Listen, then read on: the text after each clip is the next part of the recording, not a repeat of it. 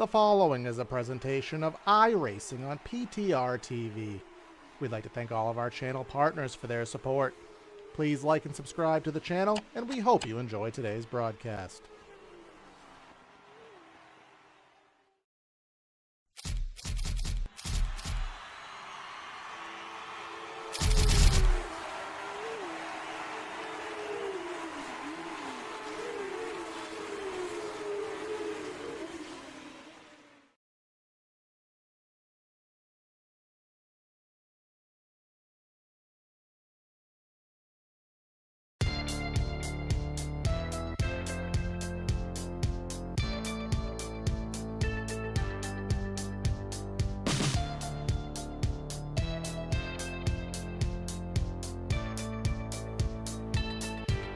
The playoffs is here. The round of 16, race number 2 of the 100% Cup Series playoffs heads to the 1.5 mile ultra competitive Kansas Speedway.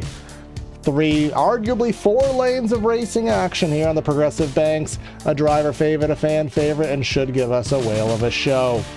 Welcome everyone to the 100% Cup Series channel here, presented by PTR TV for round number 28 of our 36 race real life campaign here, the Royal Flush 400 at the Kansas Speedway.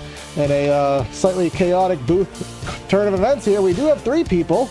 It is going to be myself, Corey Silva, in the booth and the production truck. I got Jeffrey Souza and Andre, last second edition here, but he's going to troop it up with us for the 400 miles, guys. I know, especially Andre, we saw D2 last night, ultra competitive race, a lot of great racing, and now with playoffs on the line, should be that much more intense. Yeah, and obviously with last night's event under their belt, a lot of these drivers in the field that are doing double duty, they know a little bit more about the track, they know a little bit more about their cars, and they're going to be a little bit better equipped to try to work their way through the playoff. Yeah, that really, I think it should be a good race tonight. I was on the track last night for at least half that D2 race, and it was slick. It was a little bit messy. It was tough to pass, but in the end, I think we saw a pretty good finish to that race.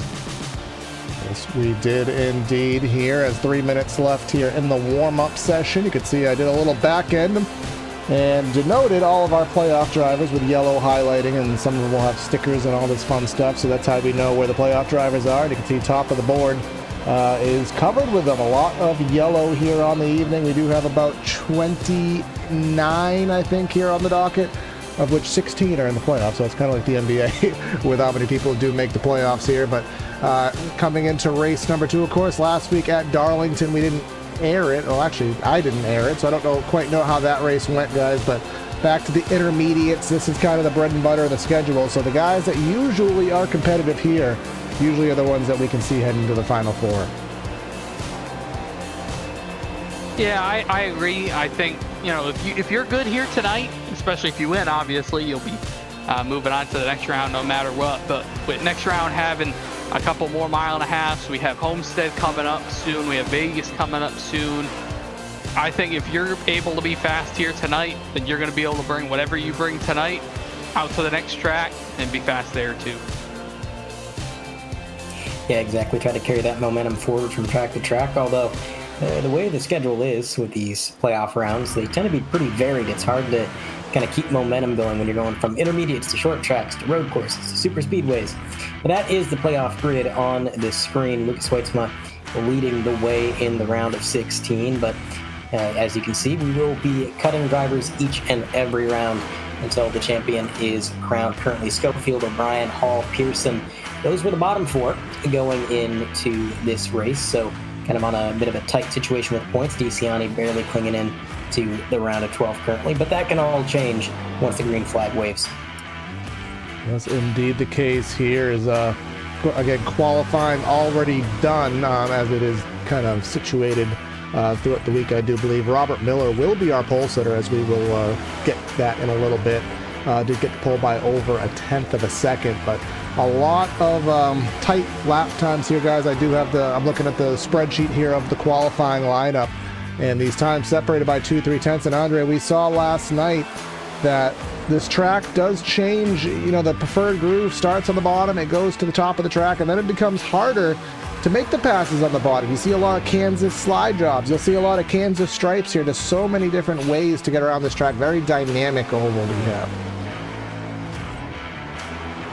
Yeah, this car is a little bit different from how the Gen 6 was at Kansas. I know that you talked a little bit about it in D2 last night, but the Gen 6 kind of turned this track into a bit of a one-lane pack race where nobody could really pass. There was only one way to race it, but luckily, iRacing did something it rarely does, and it actually improved with the new car, the new tire model.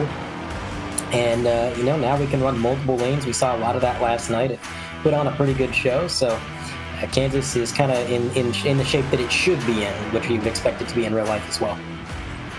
Ooh, look at Bobby Anderson carrying over the old, must be a carryover from last week that he forgot to change. Maybe that was the Terry Labonte Southern 500 car. Of course, we just are finishing the Southern 500, so I don't know if that's what he ran there. But either way, you can see at the top left of your display that the countdown timer is headed down to 0. So that means just one thing. That means these guys are going to get ready, and we're going to get the 400-mile affair underway here. So let's go ahead. These guys are parking it on the grid, so let's go ahead and join and give you this starting lineup here today from the Kansas Speedway. Starting on pole here tonight is going to be Robert Miller with Clayton Hoffman to his outside. Row number 2 finds Matt DeCiani and then Andrew Dyson 3rd and 4th. You have Matt Long and Pat Gitter 5th and 6th. 7th finds Bobby Anderson, as just talked about his ski. We got Lucas Hoitzma in 8th, and then rounding out our top 10 is Johan Seminario in the Kodak ride, and then Jim Schofield in 10th. Andre.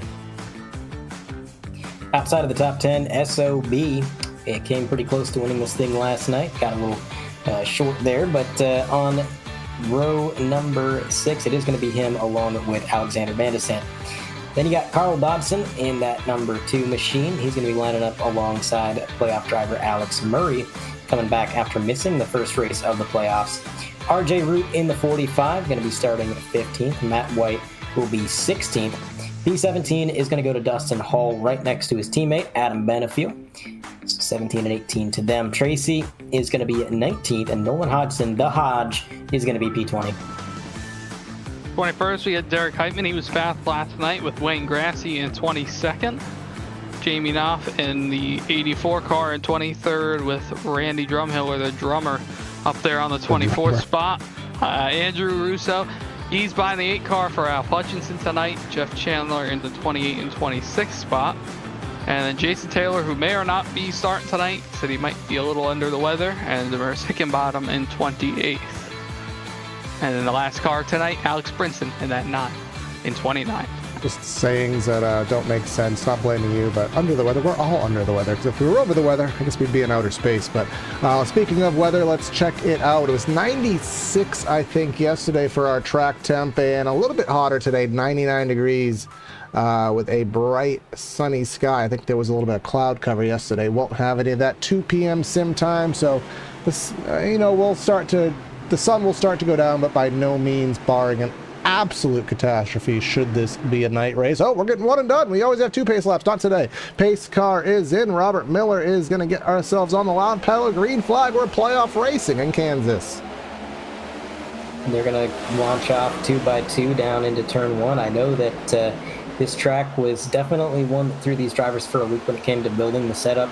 A lot of the guys were talking about how the things you had to do to make the car fast weren't exactly the things that they expected. So we're curious to see if we see some interesting faces up front. But this battle for the lead, the 92 and the 15, Clayton Hoffman, Robert Miller, door to door, each one just trying to get a slight advantage if they can. But ultimately through the corner, Robert Miller carries a little bit more speed, gets up to a solo lead. He's got a whole slew of playoff contenders behind him: Hoffman, DeCiani, Dyson, Gitter, Anderson, Long, and Hoitzma. Gitter, remember how good he was last night in D2. He's going to be a threat all day today. And then we've got a gaggle of cars still 2 and 3 wide, and this is what we're going to be seeing all night long. It's going to be rare for these guys to get entirely single file just due to the nature of the track. Yeah, I compared it honestly to Bristol, what we saw earlier in the spring from Bristol Concrete, where if you want to go to that outside lane, you can go out there, and you're going to be pretty fast on the short run. If you can get some spots and get back down in line to save your tires, it's going to work out. I think if you're out there for too long, though, early on here, pushing those tires, you're going to wear them out quick, and by lap 20, I think you're going to see a lot of comers and goers. We saw that last night. We saw the Aussie Ed Foster there, Andre. He was ripping the fence like no one's business, and then all of a sudden he dropped outside of the top 10. So there's, as I kind of talked about, that fine balance of pushing enough to keep your track position, but not pushing enough to overuse those tires here. You can see there on the ticker the stage will be, I'll just bring up the whole graphic because I had an abbreviated pre-race show there. Stage at lap 85 and then 165. So unlike last night in D2, a required pit stop will occur during stage 1. But with 7 sets of tires on the wall, remember, Andre, last night we only had 4 sets, so we only have really 1 extra pit stop in this race, but 3 extra Goodyears to work with, so I'm not really too concerned with that tonight. Yeah, they get a little bit more wiggle room when it comes to how many tires they can take, with this race only being about 67 laps longer than D2. I was kind of surprised to see that. So it is going to kind of open up the door for these guys to take some tires and not have to worry about it so much. But that doesn't mean it's going to remove strategy. They're still going to have to pick and choose depending on how many yellows we get and how many opportunities they have to pit. Remember, last night in D2, things were kind of topsy-turvy. We got some long green flag runs. We had quite a few cautions towards the end, and I don't think anybody really could have predicted the trend when it came to cautions because it just changed at the toss of a dime. But in the meantime, look at that high line. That's going to be Dyson trying to make something happen in that 0-4, trying to get around Lucas Hoytsma. Carries a lot of momentum on that high line, but then the car is just a little bit squirrely. You saw him have to get out of the throttle, and that's what's allowing these cars down low to maintain their pace. And the car is going to handle really poorly up at the top early on before we get some rubber laid down, before the track temp starts to go down. It's going to be tough to run that line. You can see he's still kind of wiggling back and forth in that 0-4 machine. Jim Schofield, who we're on board with, he's taking about half a lane down. He's playing a little bit safer. Yeah, and you talk about that, especially at least turn 1 and turn 2. There are a lot of bumps up there, especially one very, very aggressive bump near one of the tick marks. And if you get close to that bump, if you run over that bump, it's probably going to bottom out your diffuser, and you're probably going to have a handful all the way through the rest of the corner. So when you run that outside lane in 1 and 2 spiffly, you have to make sure that you either go above that bump or you go under that bump. You don't want to go through the bump. So I think once we get a little bit later in this race, you're going to see people be more aggressive, pushing the issue up there. That could end up causing some issues. Yeah, another anomaly here, especially to you, Jeff, because we've talked about this at a few tracks. Of course, I can't name them off the top of my head, but this is one of those tracks that is slightly outdated. I don't gasp. It has the safer barrier here, and I have a camera that will show it quite well. See that safer barrier where it tapers down? It's another one of those tracks where if you mistime your corner exit, you're going to get yourself kind of stuck at that taper, and especially even the entry of 3 there. You can see on the left side that taper on the safer barrier. If you're running too close to the wall and you're not paying attention, that wall will literally come out and bite you. Yeah, and it's tough, especially in the corner. I know when I raced earlier this week and then even last night, you'd see puffs of smoke when you're going in the corner because some people would just let the car air out a little too much and they'd scrape it. You know, they try to get a good entry. They try to get as much room as they can, and they just push it a little too hard. Exit of 2, I haven't seen too many people taking the wall down. I think exit of 4 is the most where I've seen issues as we see the black marks from the scan itself. And the toughest part about that front stretch is you have a safer wall that ends, and then a safer wall that starts, and then it ends, and then it starts again for turn 1. So it's tough. If you don't pay attention to how close you are to it, you definitely can take down that wall very easily. And you do have to break Andre's heart, as we did last night, letting him know that those scuff marks on the wall are pre-generated. They are not live dynamic. So I have not recovered from that. I've never recovered. Yeah, so that is not an indication. That is just pre-baked, but I'm sure these guys will add a little bit to it there. You can see there's the middle of the pack. Johan Seminario, he is the second of the non-playoff drivers. It's either Carl Dodson, which name I don't really recall covering. I mean, I've been probably here for 2/3 of the races this year. I don't really recall seeing Carl out too often, but solid run in that very loud-colored number 2 Camaro, literally just complete blanks there of all sorts, but the highest of the non-playoff guys, and that's another dynamic. I'm sure you guys probably covered it to some degree last week, but there's always that dynamic of when you have the fast non-playoff guy, you don't want to be that guy, but you also still have your race to drive, and you want your wins and your good finishes. Yeah, I mean, you're not going to roll over. I think maybe in the back of his mind, he's thinking, I'm going to maybe be a little more cautious around them. Like, I'm not going to make an aggressive move that has a high probability of wrecking them if they're in the playoffs. But at the same time, they are still going to try to pass you. Even if they're going to be more careful trying to do it, they're not just going to roll over and ride around in last place because they're not in the playoffs. They've got their own race to run. Some of these guys in the league have actual sponsors on their cars that pay them real money or give them some sort of benefit for putting the name on the car, and they want to get that car shown, and you're not going to do that riding around in last place. And it's only fair, right, that the playoff drivers, they got to the playoffs, they have a chance to win the championship, but if it was just a race between the playoff contenders, things would get pretty boring, and it might be a little bit too easy for these guys, so they got to contend with everybody else, they got to deal with a little bit of traffic, and points are still collected, even if they're not in the playoffs. The battle for 17th in points, and then after they get eliminated, the battle for 12th in points, and going so on and so forth. And those points do matter. So it's all kind of adding up to where these guys are going to race each other. And Carl Dodson, he has made short work of two drivers. He got around Gitter, he got around Anderson. Now he's got around Clayton Hoffman, and he's knocking on the back door here. He's trying to get around our race leader. He might do it up on the top side. And he's getting a huge run. I think he's going to get clear by the time they get to the end of the straightaway. But my question is, how much is he burning up his tires? Because we talked about it last night and we saw it firsthand. That high line, it'll turn your car into a rocket ship easy. But, come 20 laps later, that car is going to be off pace because your tires will be shredded. Well, I guess it kind of also goes to how are you investigating, how are you breaking apart from a strategy perspective this stage? Are you forecasting it to be a green flag stage? Because if that's the case, then you can shorten this run by 20 laps, pit around maybe lap 40, 42, when you can go 60, 65 on a fuel tank. So if you're planning only to go 40 laps, you don't need to save as much. And we've seen these guys run long green flag stints, but you do see this little not even little, there's probably 20 cars in a single file train here all on top of each other. So while I do think these guys will probably run clean, any little mistake will definitely throw that upside down. Yeah, from talking to some of the guys last night and during the week here, I think a lot of them have said that 20 to 25 mark is where you're going to see someone who burnt their stuff up. And you're going to see them start sliding around the racetrack. You're seeing them loose. You're going to see some people get really tight. I've been in both categories this week. I've had a couple setups or driving style that I was blowing the right front off the car and I was plowing the wall down, and then I had one where I could hardly hold on to it after 20-25. So we're coming up on that mark here in a couple laps, and I think at that point you're going to start to see who took care of their stuff and who decided to go all for it. Yeah, it's going to be a game of conservation for sure, and we will see who's saving their equipment, because we're almost 20 laps into this run and we've not had a caution yet.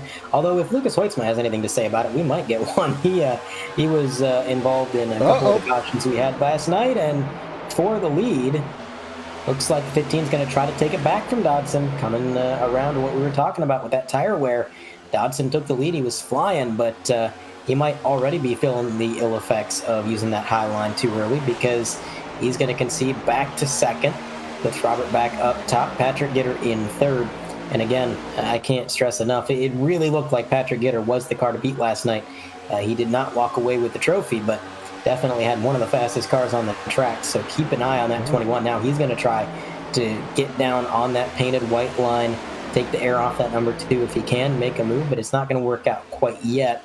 And our leaders have gone primarily single file, save for Patrick Gitter, trying to make moves on the bottom. Every time we get to the corner, he ducks out of line, and he's going to carry a ton of momentum. I don't know if the number 2 had the lift there or what happened. I mean, he made that thing stick so well. I would not have expected that. Yeah, not at all. I mean, talk about guys who were in really good positions last night. I do want to go back to Derek Heitman, who walked away by about a 2-second lead at one point in that race. Well, started mid-pack and really is still running in that position. Another one, Adam Benefiel. He's only in the 17th spot. I think somebody was just super low there down the back straightaway. Trying to see who that was. Might have been Jamie, maybe. Yeah, well, or maybe it was Randy. Yeah, all is fine, but worth noting there. But yeah, Adam Benefiel as well. Let's see where he started because I don't remember that far back. 18th. So two guys that were rather quick in last night's D2 race. Was maybe playing it methodical very early in tonight's race. Not really picking too many guys off this early, but Benefiel's always one to be there when it matters. So we'll wait and see where that fares. Oh, Dodson on Struggle Street right now. He's wadding him up there. Anderson went around. Now they're 2, 3, nearly 4 wide, trying to get by the 2 car. Yeah, that was very nerve-wracking. We said 20-25 laps, and I think we're starting to already see here that it looks like Carl may have overdriven that car early on, got to the lead, but we'll see here. Maybe he had help. Anderson behind him. Yeah, looks like Anderson might have given him a little bit of a bump there. So it wasn't just the tire wear. It was, the tires getting lifted off the ground a little bit on entry to the corner, it looks like. Yeah, everybody fanned out to evade, but back to live footage here, and clearly he is still stacking them up there. Back to 6. Exactly what happened last night. Again, Ed Foster in D2. Drove up to 2nd, fell back to however far back, and look at that pace slapped formation behind. You got Johan Seminario in the Kodiak ride, who, what is that, David Green, I think? Question mark, probably, for that scheme there. And now here comes Clayton Hoffman, Matt Diciani, the 22 of Alex Murray, and Dodson's just going to pull the parachute and say, go, I can't handle this thing, I'm not causing a wreck. I almost want to say that's a Rusty Wallace scheme, that Kodiak car. But yeah, Dodson was a bit of a logjam there. He was starting to hold these guys up, and they said, yeah, no more. They snuck around the bottom, and man, oh man, he burned those tires up. And not only did he burn them up, but I think he's struggling to figure out how to drive on those worn tires, because the rate that he's falling through the field is a bit excessive. I almost wonder if he's not trying to drive that thing like he's got fresh tires. I know that's a mistake I make all the time. You try to follow the same lines and just, slow down a little bit more. But the thing is, you got to change up your lines. You got to really watch your steering inputs, and you got to do some kind of crazy things sometimes. Get that thing to steer on worn tires. Sometimes you got to use the throttle, use the brake, whatever you can. And right now he's just struggling. So he led a lap, maybe even led 2 or 3, but I would not say that's worth it for the time being. Led 4 laps. Okay, so I made 3 guesses. They were all wrong. Oh, there's a wall for you. Yeah, gonna get into the wall there, and Andrew Dyson behind him. I'm surprised he's that far back, because Dyson was at one point up with the lead pack. So he's kind of struggling with the tire wear as well, as it looks like SOB's gonna get up underneath him. So look at Adam Benefiel just behind there. It's like kind of like chum in the water. He sees all these guys struggling. He probably saved his tires, and he says, all right, I'm going to get you guys when you're vulnerable here, with these struggling handling conditions. And now he probably has about 10 spots in front of him right now that he can pick off very slowly. So again, that's the strategy of our 2021 champion here, or so it appears. Now, he's listening, and I just said he's shark chumming in the water now. So now that's just going to go back to his head, isn't it? It might. I know I talked to him, and I talked to some of his teammates this week about this track, and we didn't have A opens this week, but usually you have an A open every single day of the week, about, I think it's every 2 hours roughly, that these guys can work, get their cars better, and just race around other people. We didn't have those this week because it was week 13 in iRacing. So they had a couple NIS open races to work on it, and that's basically it, other than it if they ran last night in D2. So one of the main things of the guys that did run races this week was that dirty air is terrible. And if you're in 15th like Adam was back there, compared to being up there in the top 5, it feels like you have a completely different setup. It feels like a different race car, and it feels like you're on basically fresh tires when you do get up there. So I think the tough deal right now is, even if you're back there saving tires, you're going to be a little bit tighter than these other guys towards the front. It's going to be even tougher to save tires, but like you said, right now, Adam trying to take a top 10 spot away from Hoytsma going into turn 3. Yeah, Benefiel tried to do the last to first challenge in D2. He did it in stage 1. Then he was on struggle streak for stage 2 and stage 3. Had some connectivity issues, had some pit road issues, and overall maybe just didn't quite have the result that he wanted. But he did show a ton of pace, just driving up through the field numerous times. Didn't he get wrecked by, was it Heitman last night? Yes, so Derek Heitman put an end to his good run there. Derek Heitman forgot where the middle pedal was. Kind of ran him over going into the corner, and then that was pretty much all she wrote for Adam. But, you know, it's Saturday night now. Adam's got a brand new car, and we'll see what he can do with that new car. But I know he's got a lot of speed, so that means his whole team is going to have pace, by the way. Not just Patrick Gitter, not just Adam Benefield, but you got to remember, Dustin Hall, Johan Seminario, they're a part of Team Conti. They're rocking the same setup, so I would keep an eye on that whole organization here tonight. And again, like we had early on in the race here, it looks like a lot of people starting to get single file again, kind of realizing what they have left for, like you said, if you want to break this segment up, you got about 10 more laps to have to run. And then you can come down and take 4 tires and top off and get it to the end up to 85. So we're going to start seeing that, who decides to do that short pit strategy or not. But if we look at the leaderboard right now, this whole field is still really, really close together, about 6 seconds between 21st, 22nd, and the leader, which most of these races you see a big separation between the field after X amount of time, but these guys are all running within 1/10 to 2/10 of each other, basically.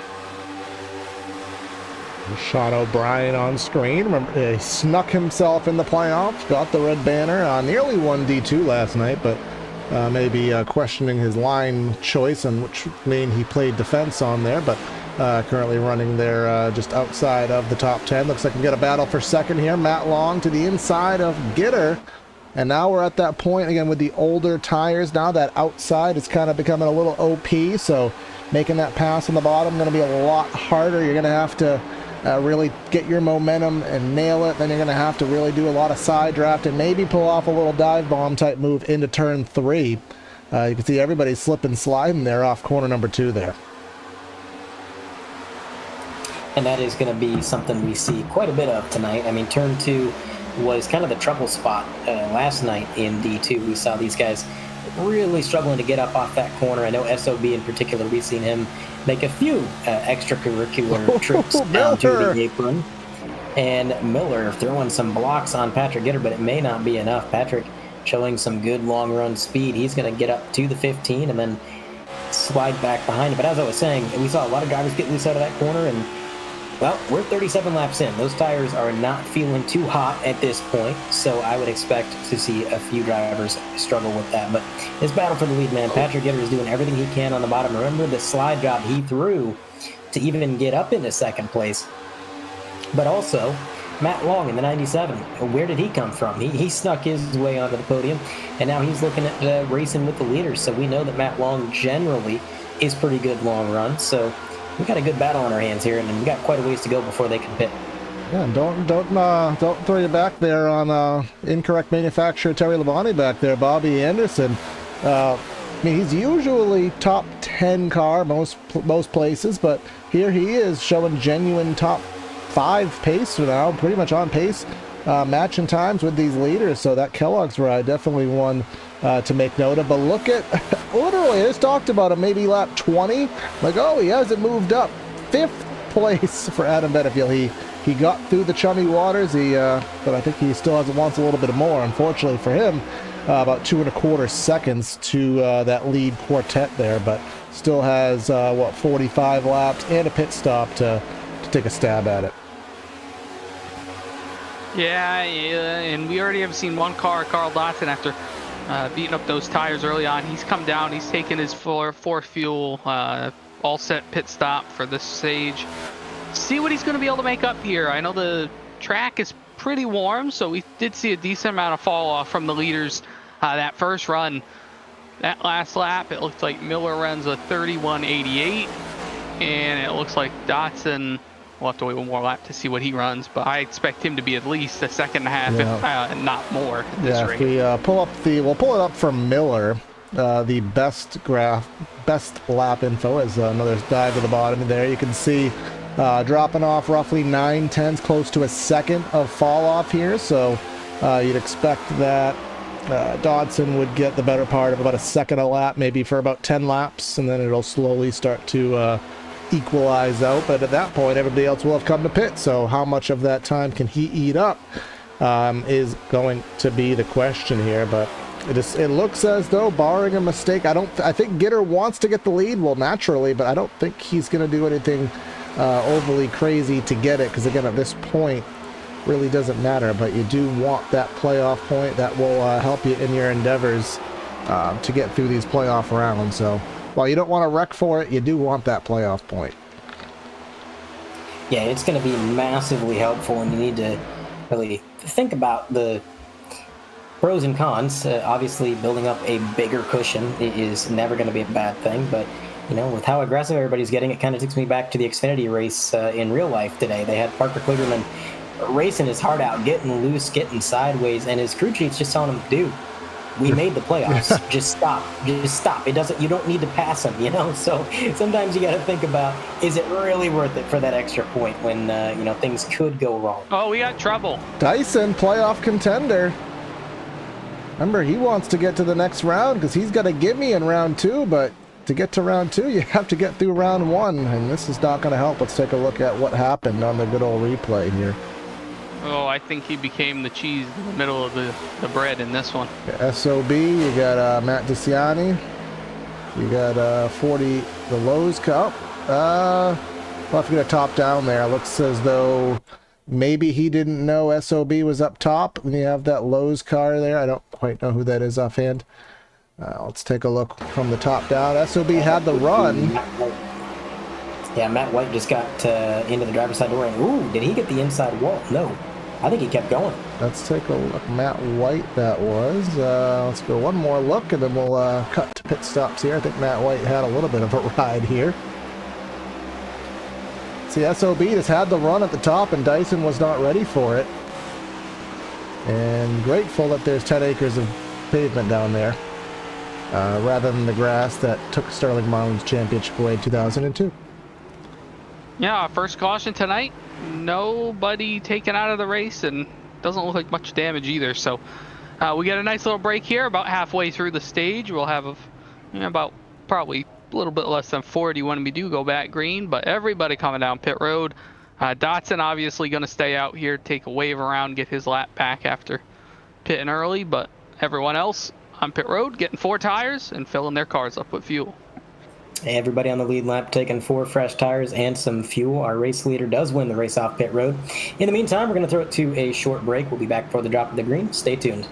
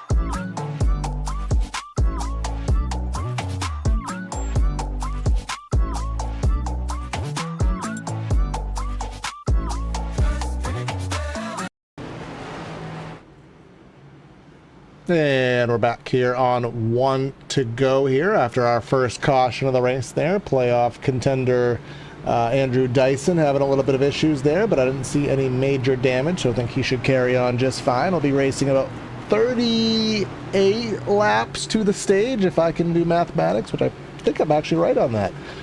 So we'll see what happens here. Everybody's on fresh tires, and we're going to be packed up racing to the end of the stage. This is going to kind of throw a few of these drivers off, I think, that are kind of leaning towards long run setups. I know that Matt Long and Patrick Gitter were really coming to life, whereas it seemed like Robert Miller was starting to fade just a bit, and this might be the saving grace for some of these guys with more short to mid run setups. But a little bit further back, I mean, look at these drivers. Matt DiCianni, the 25, a machine of, I believe, Johan Seminario, who has the incorrect number in the Discord chat, but the correct number in the actual race. These guys are going to be pretty quick, and they're starting closer to the front than they were on the initial start. Through the Geico restart zone, I think Robert might have waited until the last pixel there to get on the lap pedal in that restart zone, but it worked out to a solo lead while they battle for second behind him. Matt Long, Patrick Gitter, and look at this charge. Alex Murray in that 22. He closed in, and I think he cut the 97 bit of a break there. He definitely lifted because he was coming quick. Yeah, and a shorter run than we saw that first run here. So I think some of these guys might be more willing to try to make that outside lane work to get up there, to be able to put themselves in a position to get some good points come the end of the stage. But we got a couple point playoff guys up there, and like you said, about 2, maybe about to be 3 up there in the top 10 that are not racing for the playoff championship.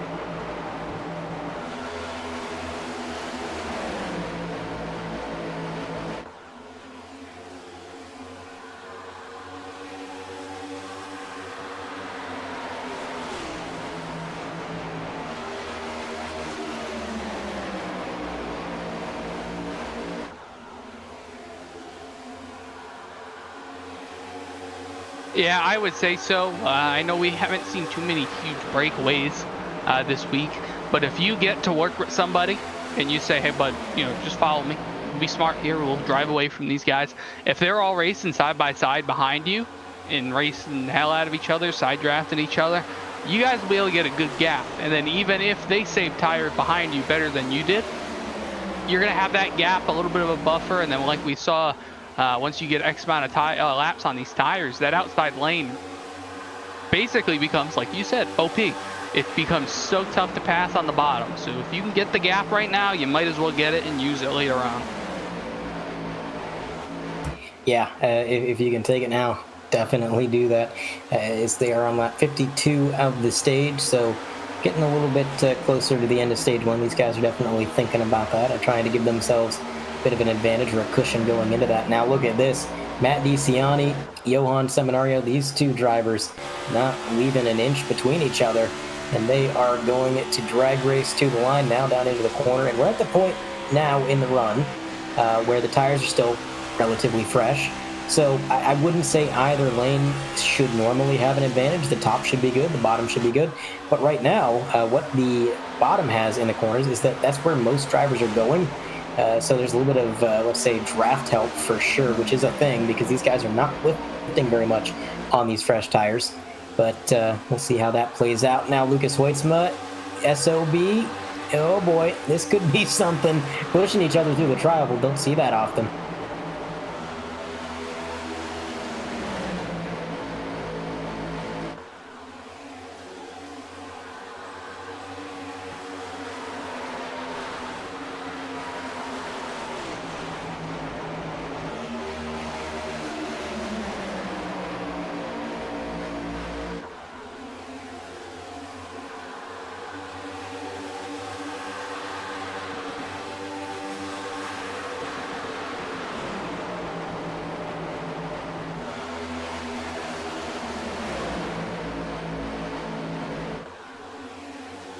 Yeah, and that deal right there with that apron, we see it at a lot of tracks that we go to nowadays. Vegas is another one that Vegas, Chicagoland are two tracks that we see that apron on the front stretch. And like you said, if you cut it, you can make up a bunch of time. You can almost get clear of somebody if you're racing side by side in the turn one.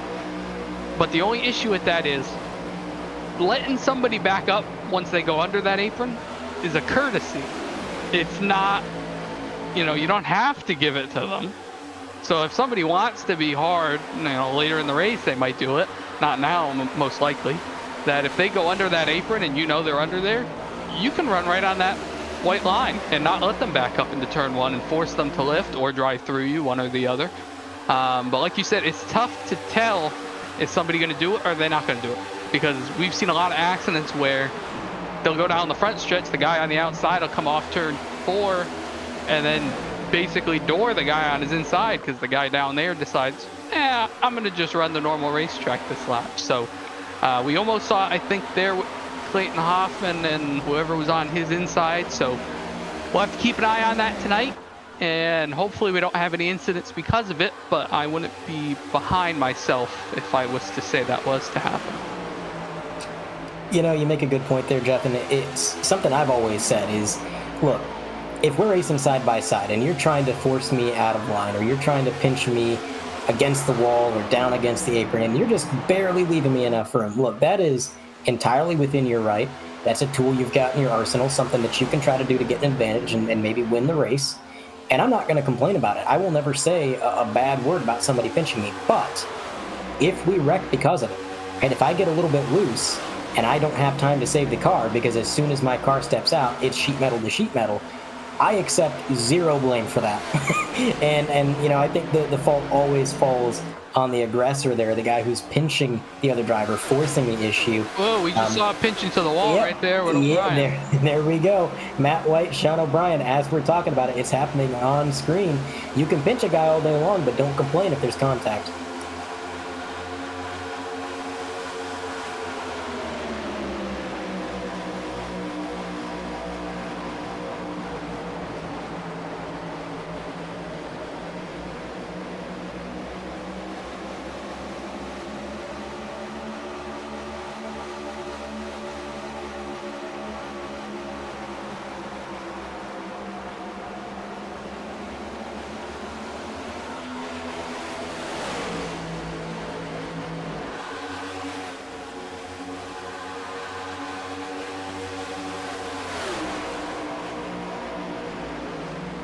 You had Dyson trying to make his way back up there. You have Dustin, another playoff driver, Hoffman. Adam now outside the top 10. These guys know if they want to get stage points here, only about 25 laps to go in the stage. They got to get up there in that top 10. You don't have a lot of time to kind of just take care of your stuff and hope people fall off. If you want to get those points, you're going to have to start passing people and pretty quick here. Yeah, it's definitely go time. We're at lap 62 out of 85 for the stage, so 20 laps are going to go by in the blink of an eye. We are looking at 30-second lap times, give or take, so especially if you're behind the wheel, you're not really paying attention to the lap count, and when you finally do look at it, you're like, man, have we been racing for that long? Is it really that close? So these guys aren't going to be cutting each other any slack, I don't think, and this gaggle of cars, what a battle for the lead. Speaking of not cutting each other any slack, we're pretty much too wide all the way through, save for our leader, Robert Miller, who's just trying to cling on. And remember, it was at about this point in the run last time, before the caution came out, 20 or so laps into the run, that Robert started to fade a little bit. And that was when Matt Long, Patrick Gitter started to take advantage. But now we got a couple of new faces that are closer to the front than they were before. And they were not a part of the situation the first time, but now they are. Robert Anderson and Derek Heitman. Derek Heitman, I mean, he was putting on a clinic last night. He was 6 seconds ahead. He was the only driver we saw pull out to a significant lead. So there's a lot of tangible threats. And if you're Robert Miller, you got to be thinking, look, I can block one guy. Maybe I can block two. But you got 5 really good cars behind you. At what point do you think, all right, maybe I should just take it easy?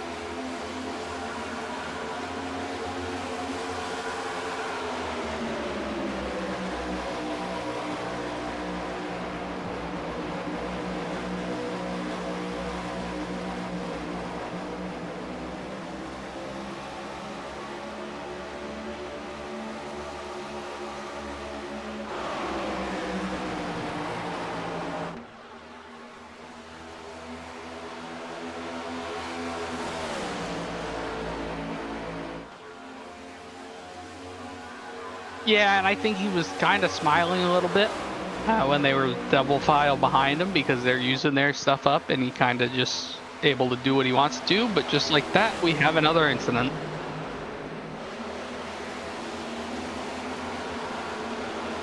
I think that might have involved something mid-pack there, it looks like. It looks like we have debris on the racetrack.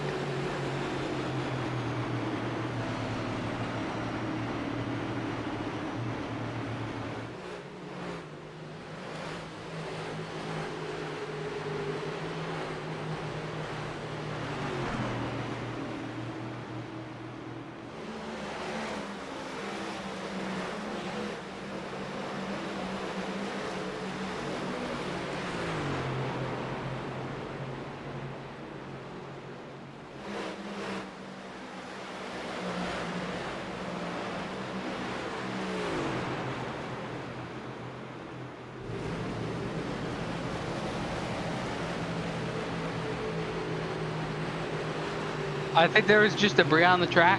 That's what I'm... Yeah. Yeah, I guess we'd have to consider it one. Now, the question for me is, does anybody pit? I would say no. It's only about 20 laps since the last caution. But you never know. If somebody's really prioritizing stage points, they might be willing to burn through a set just to get a little bit further up.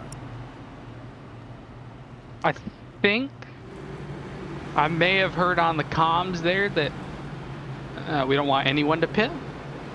I think that's what just said on the radio. So kind of just putting this in the window of, oops, quickie caution, you know, nobody can pit, and we're gonna go back green here, what looks like within a lap. So like you said, a little bit of a breakup, and we're gonna have to see if you saved your tires. You only have about 15 to go, so you got to go now. You know, you got to put that thing on that outside wall and just gun it around these people. Obviously, Alex Brinson, a huge benefit to him this caution, because he's going to get back on the lead lap, I think, here with the Lucky Dog. So he's happy about it. I just found out that I had my mic muted for probably about 5 minutes, so apologies for that, folks. I coughed and I forgot to unmute, so that's just kind of a newbie error there. But see, Alex, that's why I do appreciate when YouTube chat is active, because they can kind of catch these things sometimes if I can't. So kudos to Benefiel, who's also driving and being my quality production associate here in the background here. But again, most everybody stays out here 23 laps in to their stints with 15 to go in the stage. And guys, as if we need anything else, need another reason to rack and stack them and have a crazy run to the checkers here for the stage.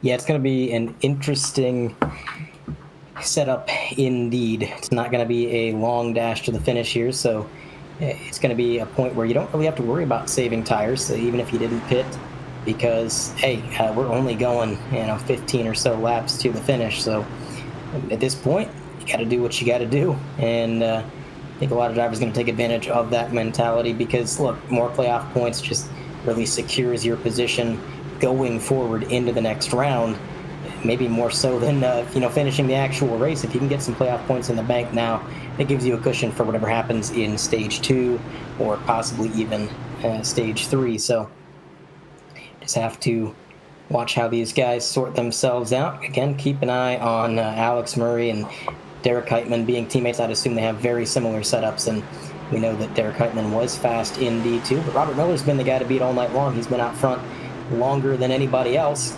There goes the pace car into the Geico restart zone. Oh, Jesus, Barney, give us a view. Again, we got the privacy curtain up, but Robert Miller playing some mind games. He did not wait as long that time as he did on that last caution.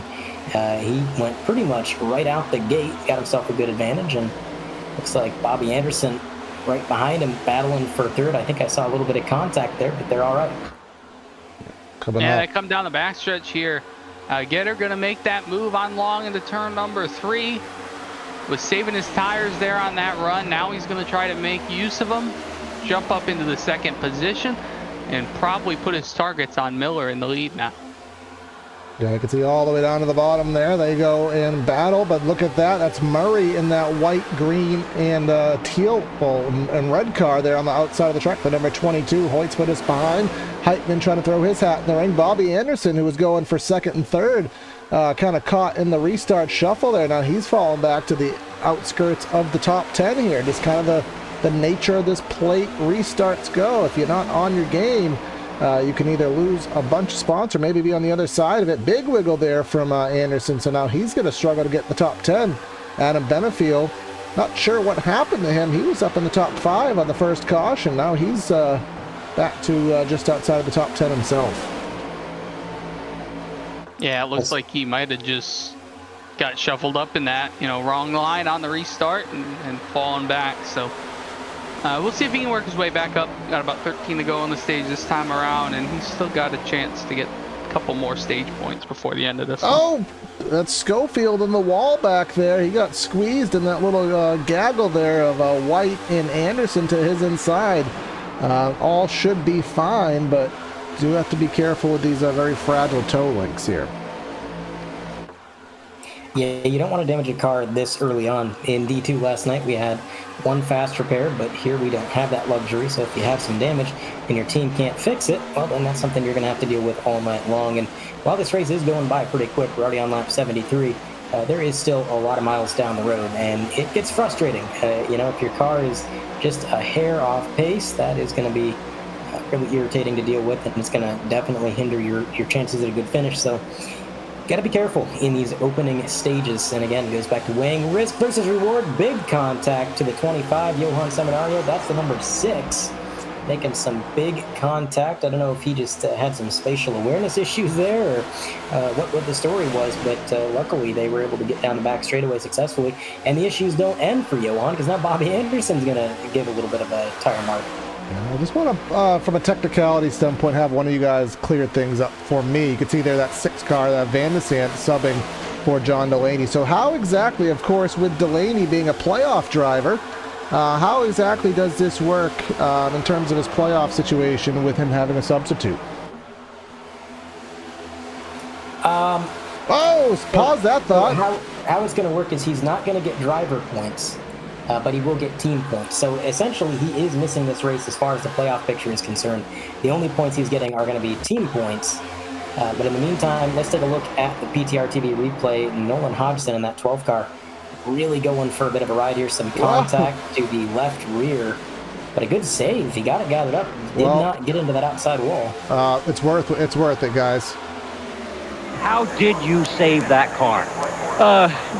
Well, I'm just so daggone good. It was indeed a good save. I would. I'd be surprised if you see a better save than that. Yeah, it'd be nice. If I could find a way to cue the audio through the mics, that way you guys know. But there is audio to that whenever it does pop up for our fans at home. And Benefield working his way back into the top 5, or very nearly there. That's the 5th spot exactly, just in front of him in the form of Alex Murray there. But again, up to the front of the pack. I think we've talked about a few times that Miller seems to have that 25-30 lap speed. And luckily for him, we haven't stretched it much more than 40. So when his car was starting to degrade, it didn't degrade enough for him to lose the lead. Maybe he'll work that out. Maybe he'll learn something to get that full run pace, which if that happens, these guys will be nervous. That's Gitter kissing the safer barrier there off turn number 2. That taper out part we talked about opens the door and slows him down, gives Hoytsman a chance to dig on the bottom of the racetrack. So just to jump back into what you were saying there about Delaney, John won last week, if I'm correct. That's correct, Andre? I do believe, yes. Yeah, so John won, which means he's into the next round. He doesn't have to worry about getting points or anything like that.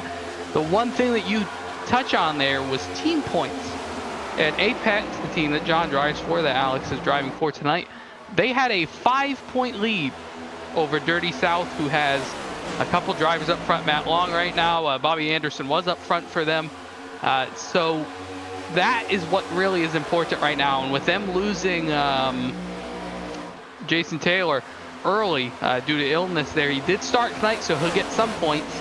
But not having him out there racing in the top 20, gaining another probably 10, 15 points compared to what he's going to get, that could make the difference tonight. We'll have to wait and see. Obviously, still a lot of racing left this season for teams to lose or gain points, but that is one of the major things there that we have to pay attention to as we get down. Even though the drivers are racing for something, the teams are racing for something just as much. Yeah, I remember of interest. I remember last year in the Championship 4. Of course, we know Kyle Larson was not in the drivers' Final 4, but he was in the team owner Final 4.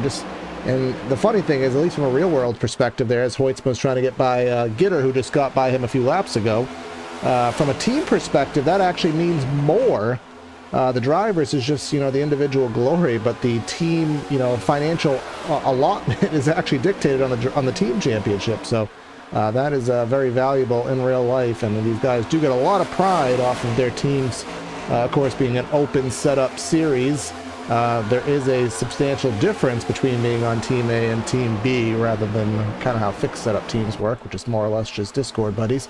But yeah, definitely interesting how that'll work out. But a lot of different lines at play. Gitter to the top, Hoytsma to the bottom. Adam Benefiel is still working on Murray for a top 5, but we are closing in on now 3 to go in the stage. Yeah, so not much racing left here in stage 1, and Robert Miller still clinging on to the lead. He's got his teammate in 3rd, and Patrick Gitter is separating them. Looks like Lucas is going to dive down to the bottom, try and get around that 21 if he can, but at this point in the run, it's been a while since either of these drivers have pitted. I would expect the top is going to be the preferred lane, so if Lucas is going to make a move down there, it's going to have to be one Hail Mary where he just drives it in really deep, but he's not quite close enough to do that. In fact, that attempt on the bottom cost him so much time. The 97 of Matt Long was able to close in, get up to the quarter panel. So he's got to kind of keep that in mind. Don't make that mistake again. Adam Benefiel in 5th behind these guys, also closing in a little bit. But through 3 and 4 for the penultimate time, it'll be the white flag for the stage this time. And the battle for the stage win is still on. Looks like Lucas does pull alongside the 21 for just a moment, but I think the 21 is going to get clear again. Bumper to bumper into the corner for 2nd place, and all this battling letting Robert Miller get out to just a slightly bigger advantage than he had before, and that is going to be all he needs. The 97 now throwing a huge slider on the 07, but it's not enough, falling back. Now the 07 to the bottom again, the 97 up top. Out front, Robert Miller still leading the way, but the battle is going to be for 2nd on back. These guys could have shuffled up positions, but they're not going to.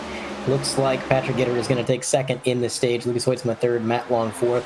Adam Benefiel gaining a lot of positions so far tonight in 5th. Then you got Alex Murray, Clayton Hoffman, SOB, Johan Seminario, and Jim Schofield is going to be the final drivers to take points. And of these drivers, guys, only one of them is not in the playoffs. So every driver that got playoff points could definitely use them.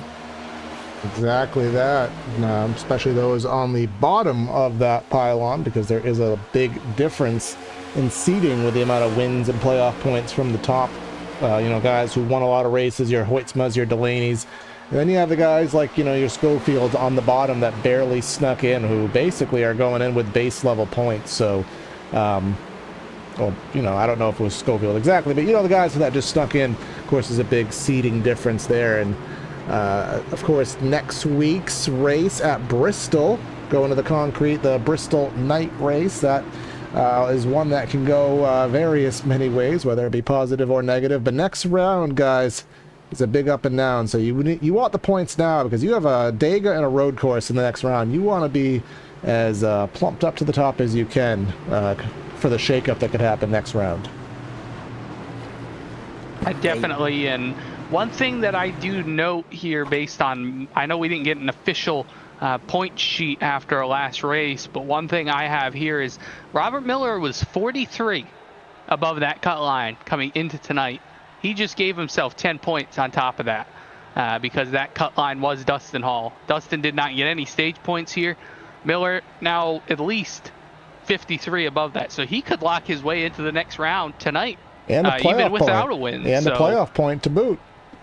Right, so he could easily lock his way in tonight and go to Bristol next week and not even have to worry about Bristol. Just move on to whatever the next race is for the next round. Yes. So it could be big for him. So what's maximum points? Is it 50. I mean, there's not even laps led points anymore, is there? It shows how much I've been paying attention lately. I'm trying to think of. No. So is max points 50? You know. 60. Oh, 40 plus 20. Yeah.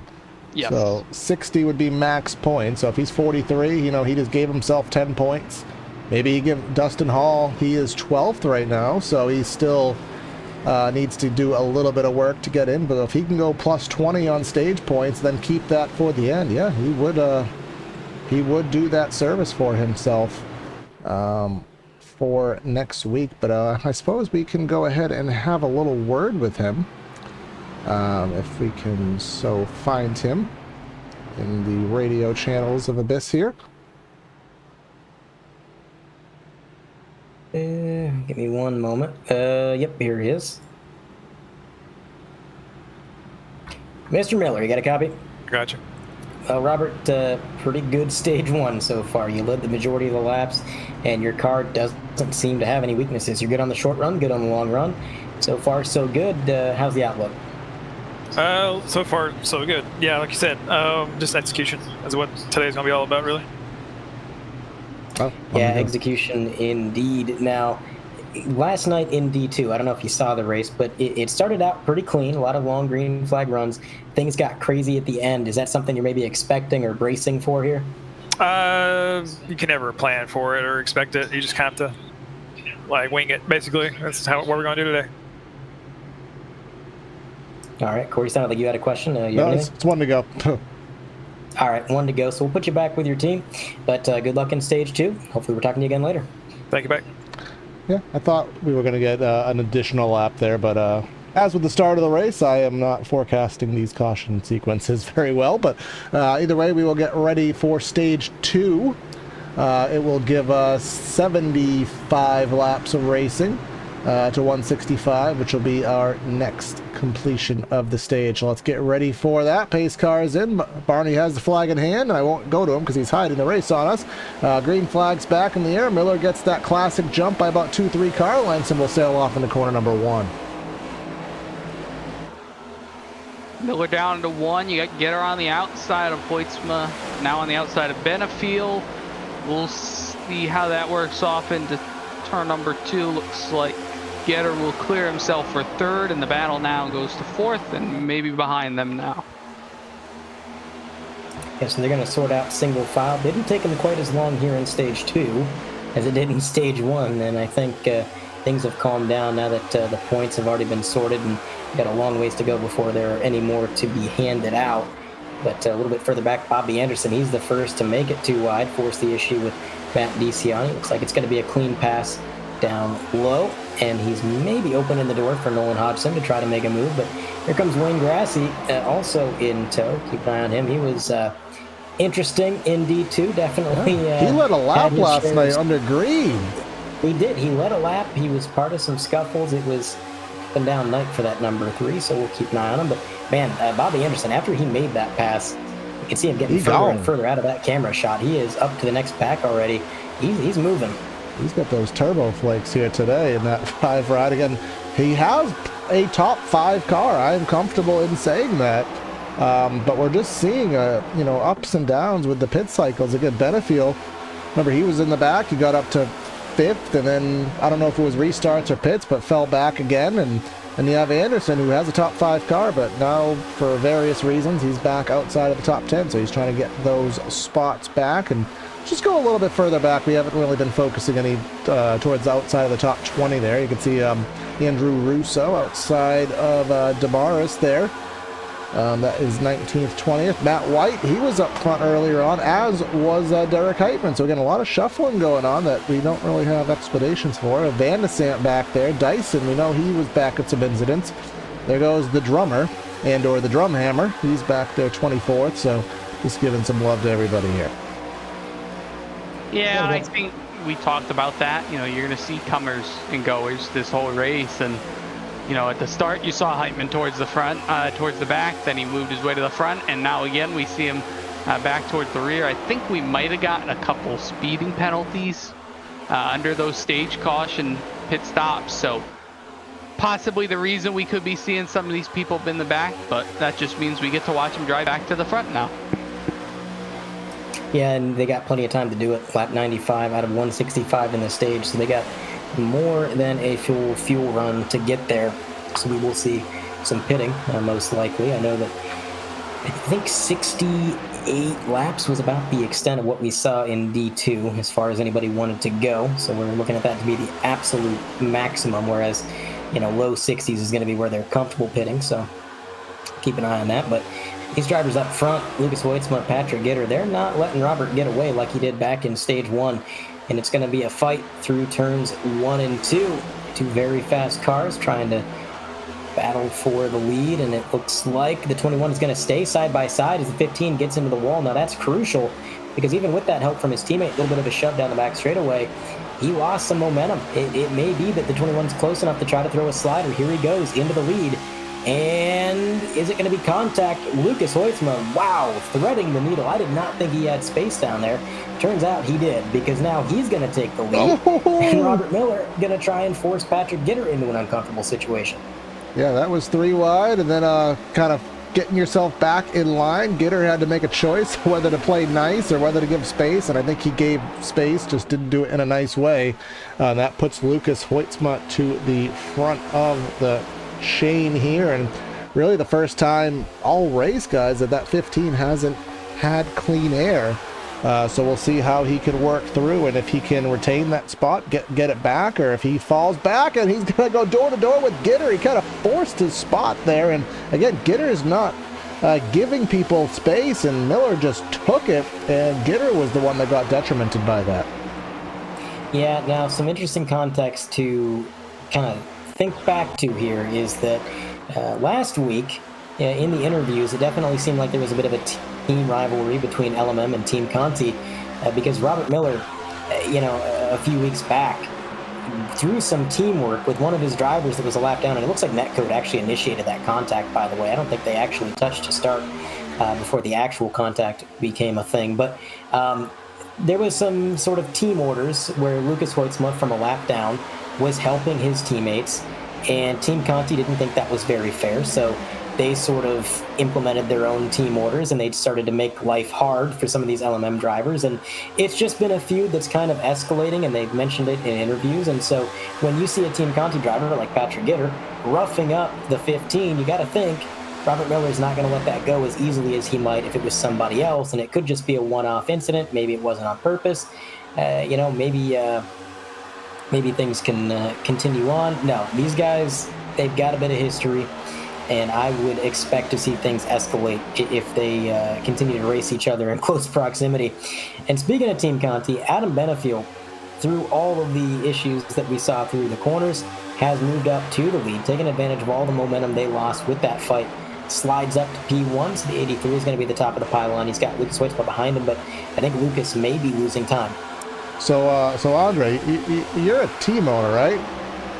Yes. So are you in charge of any of those? Trouble now. I can't get my controversial statement out because it's a yellow. That's Van de Sant there down in the inside. We will get that statement in there, but two not playoff but fast driver implications here. Looks like Heitman went around off the 48, and then Van de Sant maybe just kind of got a little kiss in the situation here. Let's just go back and check it out once more from the rear of Heitman. Jimmy Johnson on a Mustang. I can't with these guys. Yeah, looked like he kind of just gave him the bumper coming off the corner. I don't know if he slowed down more than he thought he was going to, and like you said, Van de Sant just there, basically. That one just fell right in his lap. And, oh man, Heitman getting a big hit. He may have gotten into the inside wall and taken some significant damage there. We'll have to see how long he's going to spend in the pits. But to answer your question, so I'm not above team orders, but to think that I make team orders would assume that I'm really that involved with my team. And like most things in life, I'm kind of hands-off. I just let things fall where they may. I hired my drivers, and I say maybe a few words to them each week. And that's really about it. So yeah, you can't really pin this on me. You're the passive owner who... You don't collect the paycheck, but you increase the charter value of the team, I guess, but without doing anything. You decide the paint of the color in the bathroom, but you don't actually clean it. Well, they or... don't even let me do that anymore, because if it was up to me, they'd all be running the DEI number font, and we did that for a season, and everybody hated it and told me they weren't doing it. So, I don't even get to pick the paint anymore. Well, we have one car that has decided to stay out, it looks like, and it's the mailman, which he doesn't deliver on Sunday, I don't think, but he delivers on Saturday, so. Remember, his one and only win did come at 1.5 miles. That race is like a super speedway. Unfortunately, there's 10 degrees less banking here, so it's not full super speedway. But running about mid-20s and, 15 laps. So 15 laps on a stint is nothing life-changing. It's not going to kill you on the tire game. We didn't really foresee tires being a huge deal here with 7 sets on the wall. And again, they had 4 on the wall last night for a race that's only 67 laps shorter. So, but if there's enough cautions, very well, saving a set could come to fruition here, as we do get one to go, and it is his strategy. He is staying out. Yeah, so he's gonna he's gonna be committed to the Cody Bird strategy, it would seem. I don't know how well that's gonna work out for him. I have some concerns about a car on slightly older tires, but it's not like the tires are ancient. We didn't have that stage at lap 85, so. But it's the talent level of this 00. He could overcome that detriment. No, I'm complimenting him. Well, as we did see him stay out, it looks like Carl Dartson decided to take 2 tires for him, so he's got at least 2 freshies. He'll start third.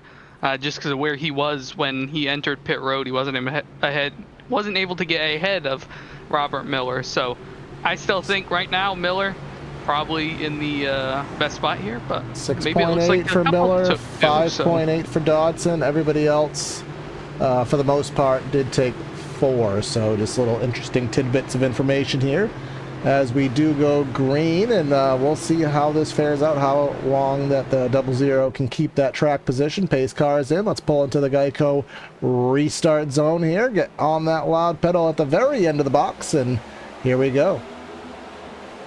So he is not going to get a huge jump, but he is out to the solo lead, and like you like to say, Corey, he's going to be fine until he has to turn, which is right about now, so we'll see how he navigates turns 1 and 2. Right on cue. Look at the momentum loss. Yeah, it is Carl Dodson looking high, looking low, doesn't really know where to go, can't take the run anywhere. But Damaris, to his credit, he may lead a lap here. He's going to dive down to the bottom and out of turn 4. Yeah, nobody's getting a big enough run to take. All right, coming off turn number 4, checkered flag in the air. Damaris, no, never mind. Well, you can at least put 1 on the board. 1 lap left for Damaris. Let's see if he can make it 2. Let's see if he can go double or nothing.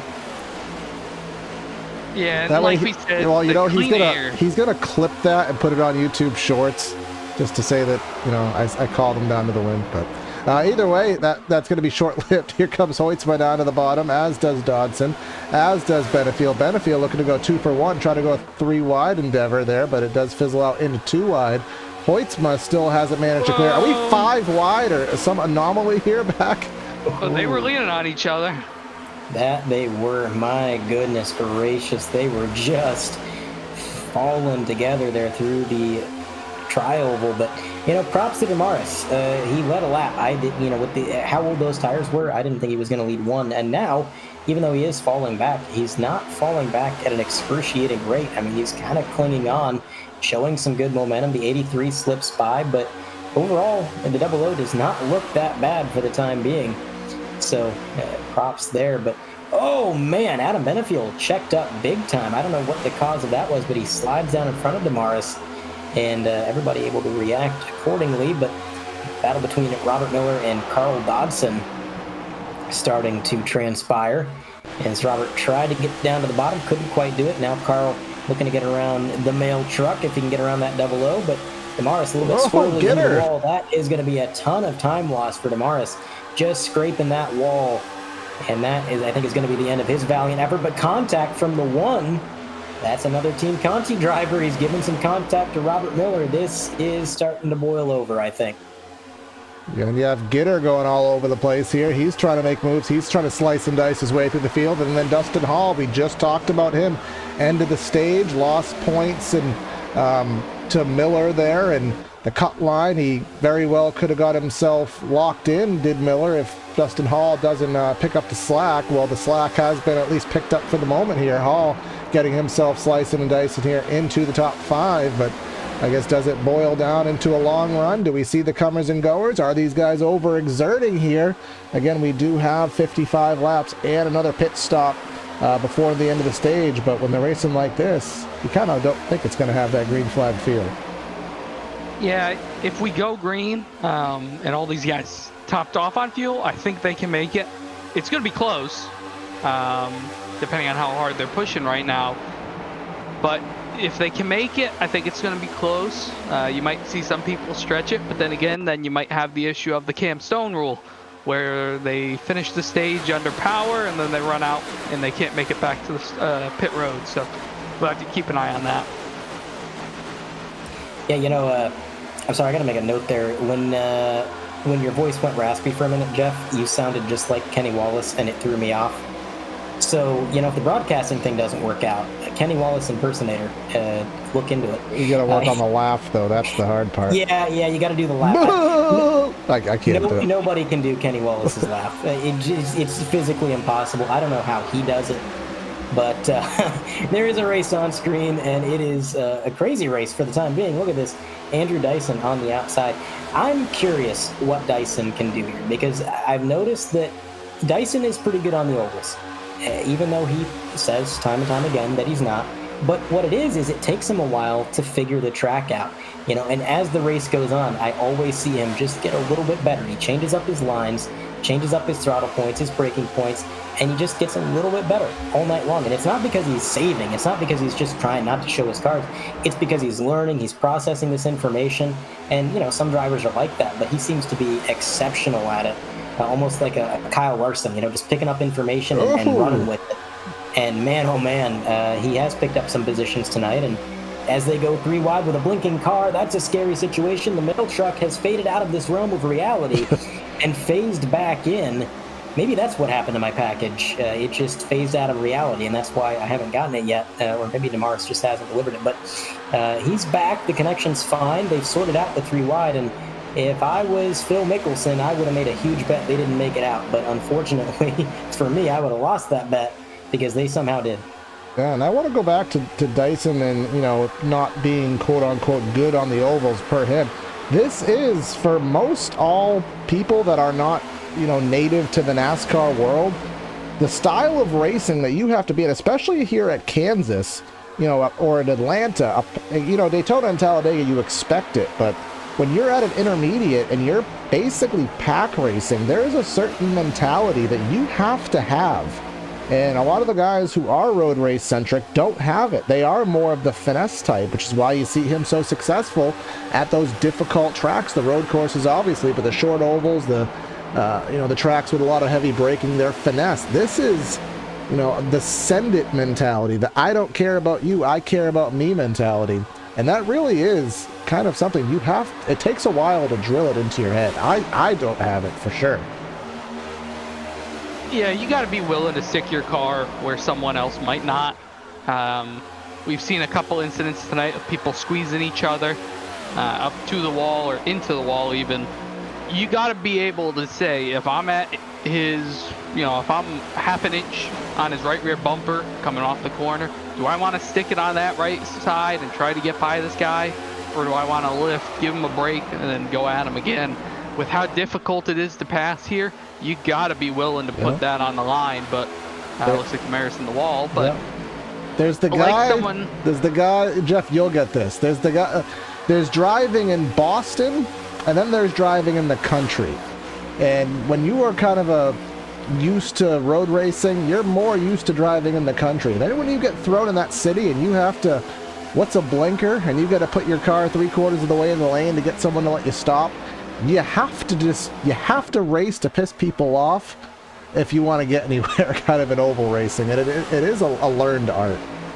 Yeah, but at the same time, as a playoff driver, he has to think about that. You know, he came in 3rd in points after Darlington last week, 42 over the cut line. So he just kind of needs a safe race here and a safe race at Bristol. Don't do anything stupid. Don't put yourself in a uh-oh position. And right now it looks like he's 6th with about 40 to go in this stage. So right now he's doing a good job staying up towards the front, just trying to have a solid finish. Skate by, kick everybody's ass at the Roval, and then instantly head into the round of 8. I mean, there's really not much of a better way to do it. We've seen that in real life. So if he can pull that off, he's definitely a NASCAR driver. He's transitioned from road to NASCAR full-fledged, which he already has, in my opinion. He showed up on the scene. He has been massively successful. And, we're sitting here, we're singing his praises for the last 20 minutes. What has he been doing in that meantime? Oh, just passing drivers, just picking up some positions. So impressive to see there. But here's a good battle. And 2 very good paint schemes. You got the Rusty Wallace, you got the Terry Labonte. They're going side by side. Different eras, maybe the wrong manufacturers, but it's close enough. And speaking of close enough, they're close enough on the track. They're pretty much swapping paint as they go down into the corner. That's a good camera shot. Somebody screenshot that. That Kodiak car always was a beaut. Down the back straightaway, the number 5 is finally going to take the advantage. And I'll tell you what, we talked about Bobby Anderson. We talked about how he was just rocketing up through the field. And then it stalled out. So I don't know if the long run speed's starting to go away or what the situation is, but we do have some drivers further back that, they were heavy hitters at first. Now they're just outside the top 10. Matt Long, Robert Anderson barely holding on to the top 10. Robert Miller in 9th. These guys were powerhouse contenders, and now they're. Bobby's going to try to make the move. Robert. Yeah, once the dirty air got on the note. Well, actually, let's in the realm of Miller. Remember, he took 2 tires, presumably a 6.8 second stop. Everybody else was, 4 tires, 14, 15 seconds. So he is also presumably at some sort of a tire detriment as well. As Benefiel makes a move, gets by Hoytsma. Hoytsma really just rolls over and lets him go. And 83 back to P1. So Miller only took fuel. I just double checked it with the team. So he's even in a worse position. He's basically on the same tires that Damaris was on. So, he did win that first stage. So he had a little bit to play with here, just trying to save a set if we do get some cautions later. But like you said, at this point, it looks like these guys are okay trying to take care of their stuff and then giving each other room when they need to. So let's take this for consideration now, guys. We talked about him locking himself into the next round with a good run here.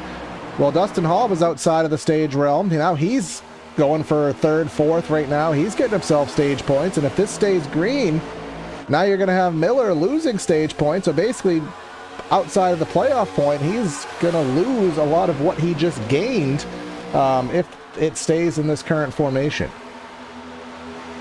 Sometimes somebody's actions betray their words. And now that I think about it, I'm thinking Robert was giving us some fluff in the booth. He said, you can't really predict cautions. You can't really plan on it. You just got to run your race and play it by ear. But I think the move to... Oh, boy. Whoa, and Miller sideways. Yeah, a little bit further back. He gathers it up. He's going to lose a lot of time, though. But as I was saying about Miller, as we take a look at the PTR TV replay, the decision not to take tires kind of tells me how it all started with Nolan Hodgson. Again, the Drift King tonight. Yeah, and what a save. And look at the evasive maneuver by the number 3. Let's go try to find Hodgson there, since that's where it stemmed from. Ooh, SOB. What are you doing with this, bud? You got Van de Sant. I think Nolan, I don't know what SOB was planning on there, but whatever he was planning on is not what happened. And then, good job by the number 3 to kind of steer clear of that. He was so close. One more time here, since there's not too much going on live. So, SOB, he's coming. He didn't have position, but he done went fast. And but again, Nolan, how he held on to that car. So the second time of the race, we're going to give him the Ricky Rudd Award. How did you save that car? Well, I'm just so daggone good. So if he does it one more time, it's a hat trick for Hodgson. And there we go. But that was 3 hits from the 24 car directly to the rear bumper. That's not an easy situation to deal with. And the fact that he held onto it, Nolan's gotten a lot better over the years. When he first joined the league, not to disparage him or be rude, but he was never really a guy that, every week I thought, oh yeah, he's got a really good shot at a top 5. These days, not only is he a lot faster, and he does have a good shot at a top 5 week in and week out, but he's gotten really good at car control, making those saves, because this isn't the first track in the first week that I've seen him do that this year. So Nolan, whatever he's doing, putting time into the sim, practicing, it's working out, and I got to give him big props for that. Yeah, kind of, you relate him from a real-world team to, almost a front row, where you have McDowell, who you just slowly over the years, you go from being a 30th place team to a 20th place team, and now you find yourself being about a 10th place team, and every now and then you can sneak something out. So Hodgson definitely improving, and I've seen it in the time I've been covering here. But here comes Gitter. We're on now the long run. I think now we're in kind of Gitter territory here, now that Miller is just turned into he's off strategy now.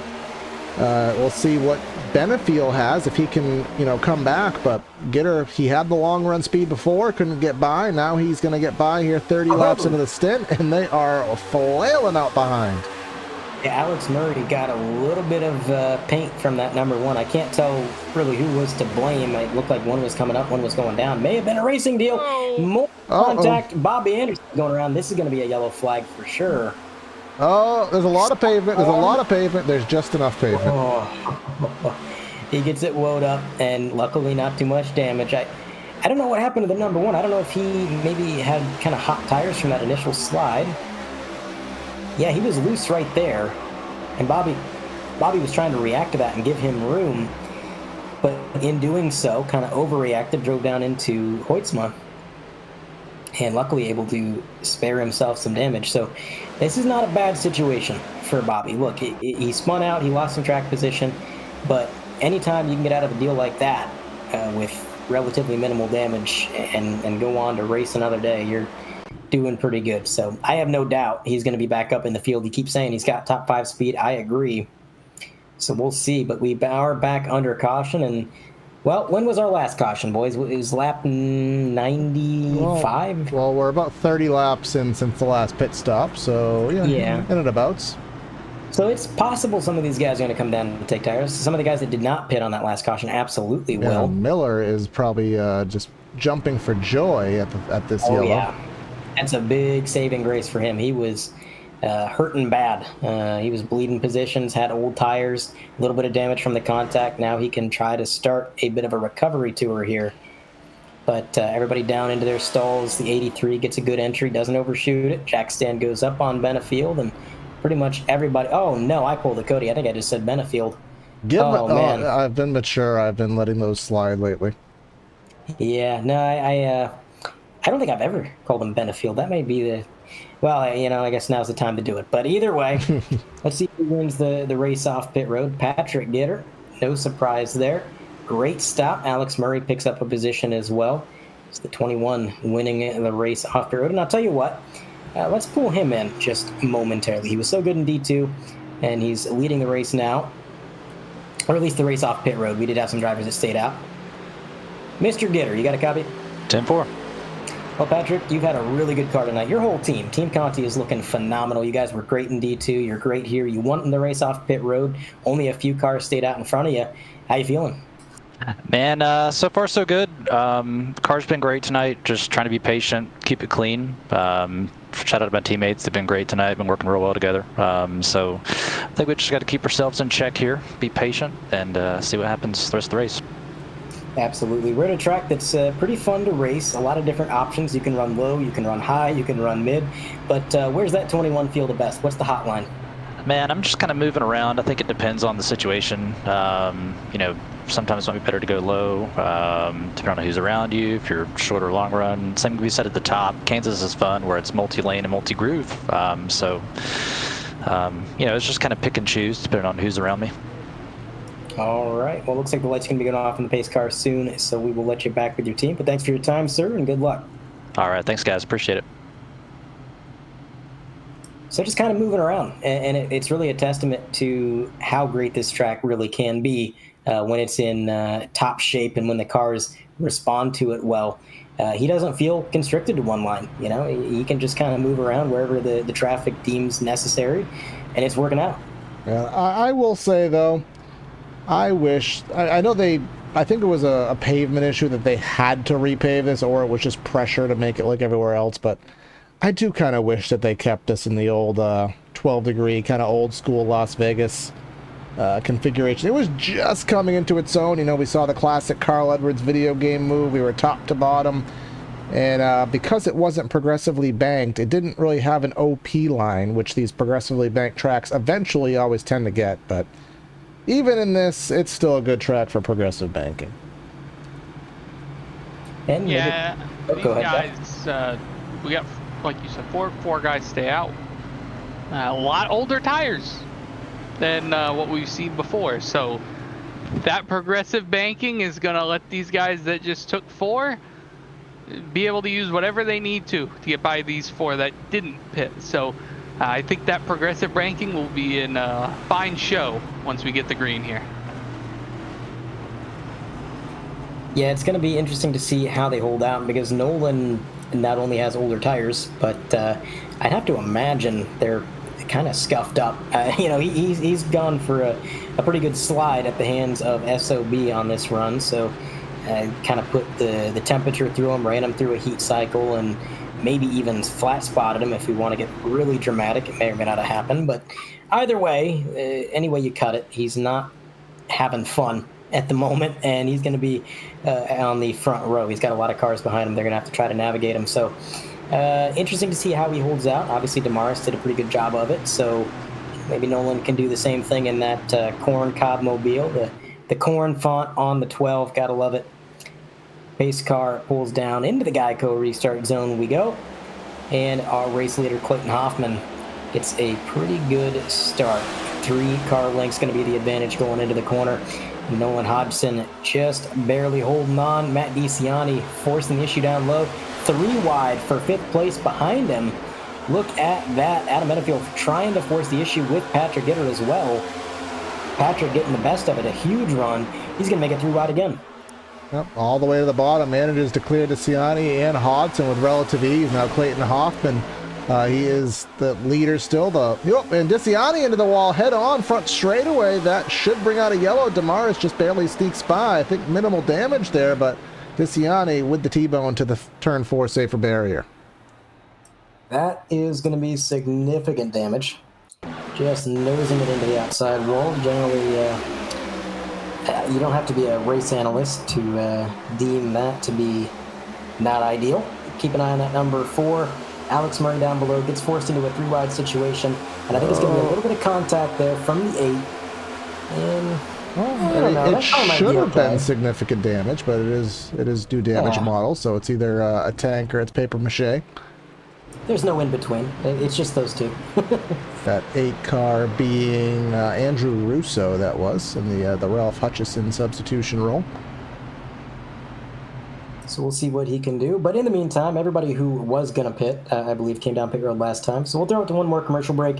We'll be back for the drop of the green. Stay tuned.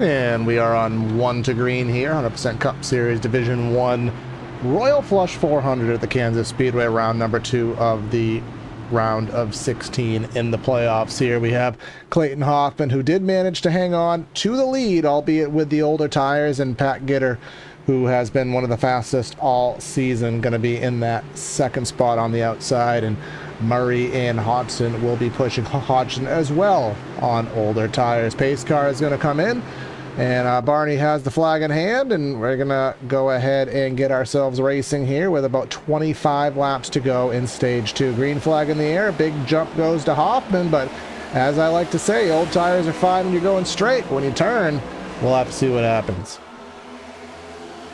Obviously, his best advantage right now is that he has a couple of drivers behind him that are also on older tires, so they can kind of run block for him there and keep those drivers on the faster tires at bay, at least for the time being.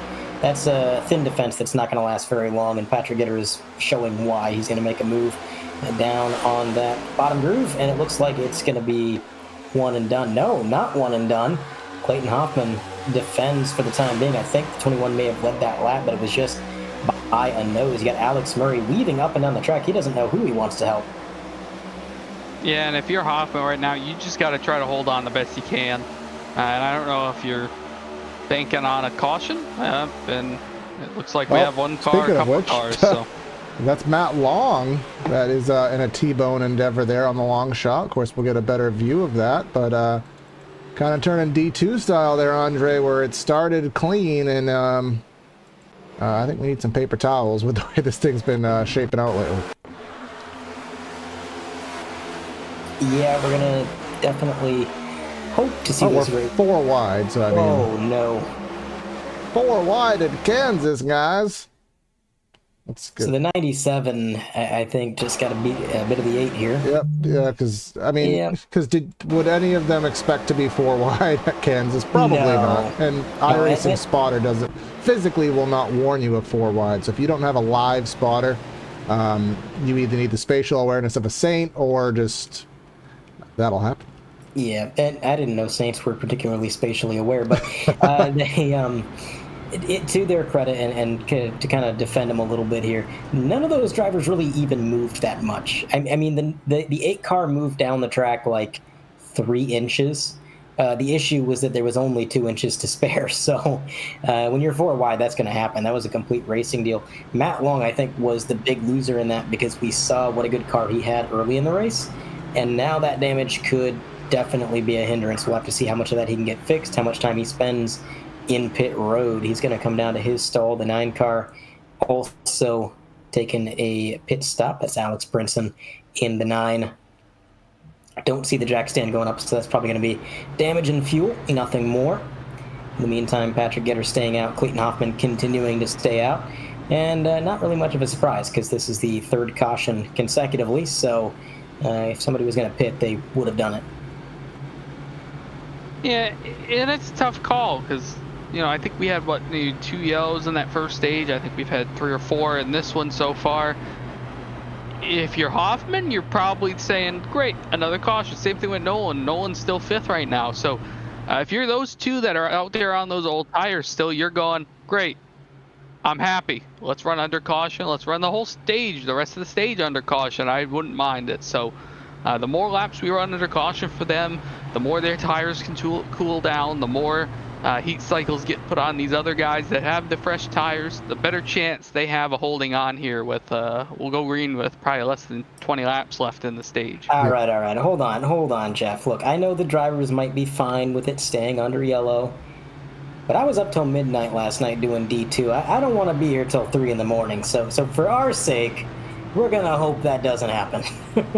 Yes, I agree. The mathematics had us, so just as a reference here, because I do have the estimation data, the analytics from last year, this race was 2 hours and 52 minutes, which would mean if it went at 8:30, about 11:20. Midway through stage 1, we were on pace to finish this race at 10:55 Eastern. At current pace, we're on pace to finish at about 11:10, so currently about halfway between last year and where kind of a green flag race would be. So let's keep it in that. I'm fine with that. 3 hours is about good. We've had, we got spoiled by like a Watkins Glen, which is about an hour and a half, literally. But I think most guys, 3 hours is good. But even the drivers, they don't want to do 4-hour races every single week. You kind of like having these shorter ones, 3.5 at most. So when they start dragging on, it does actually make it a little bit harder to stay focused, and especially if you run 2 races back to back. Who are you people again? Sorry, I lost focus. Anyway, they are going to be shutting the lights off on the pace car this time, so it'll just be one more pace lap, and then hopefully we can get things sorted out. It's kind of amusing to me, Corey. You would think the issues would transpire due to the cars up front being on older tires, but the issues have been further back where everybody's a little bit more on equal footing. So kind of a interesting event that has happened over these last couple cautions. Yeah, I think part of it is just the nature of stage racing too, which is what NASCAR wanted.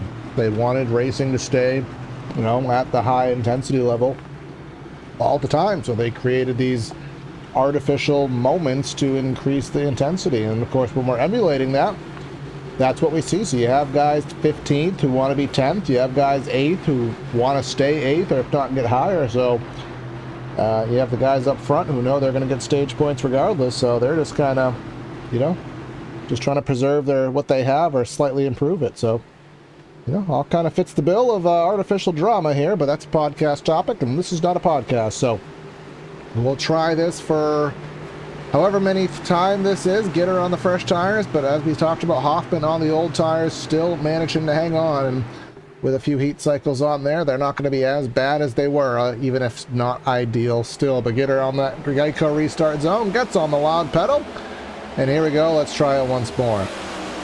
And I'll tell you what, for being the race leader, he didn't get an advantage there. He did not get a good jump off the line. Alex Murray is just attached at the bumper, and he's going to stay that way through the corner. I think it's going to be a short fight here if Murray gets alongside, because he should have the car to get around him. Again, I'm not sure what the difference in tire is. I don't know if Murray's on the same strategy, but Murray, the way he kept on him, shows some speed. Clayton Hoffman, who is for certain on older tires, going to slip back a little bit more. Jim Schofield in the 47 is going to make a move, and then wow, Adam Benefield in a very tight situation, had to give a bit of a quick lift. Now he's looking at forcing it 3 wide, and he will out of the corner, then duck down to 2 wide. Wayne Grassy getting a little bit sideways further back. Not sure if that was intentional, but he's able to keep the car okay. And into the wall goes Clayton Hoffman on those older tires. That is going to open up the door for Dyson. Remember what I said about this guy. Oh, Hodgson again. Oh, boy. Tried to be the spin hero, but this time I don't think he was able to save it. Yeah, no Ricky Rudd award this time. No, sorry, not getting the hat trick. I don't know if you were going for the hat trick, but let's go back and we'll sort things out here on the replay. Hoytsma just behind. We're gonna go 4 wide again because we learned the first time that 4 wide works. Oh, and Anderson with major damage. That's a big playoff contender right there. That's we'll you watch get back there. Watch it transpire from Barney's cam right here. Well, no, we won't, I guess. Yeah, Anderson cannot catch a break tonight. And remember, he was a part of that issue earlier, which also started with Nolan Hodgson. And he got into Lucas Hoytsma and spun himself out. And now he's going to have this issue getting into the outside wall. Very reminiscent of what Matt DiCianni did earlier in the night. 2 cars into that outside wall, Bobby Anderson and Nolan Hodgson. So I guess these guys finally had enough of Nolan Hodgson surviving. They said, how many times we got to teach you this lesson, old man? And they really piled in there. But yeah, unfortunate to see. In the meantime, we've had about 18 cautions consecutively. So we're going to throw it to one more commercial break. Be back for the drop of the green. Stick around.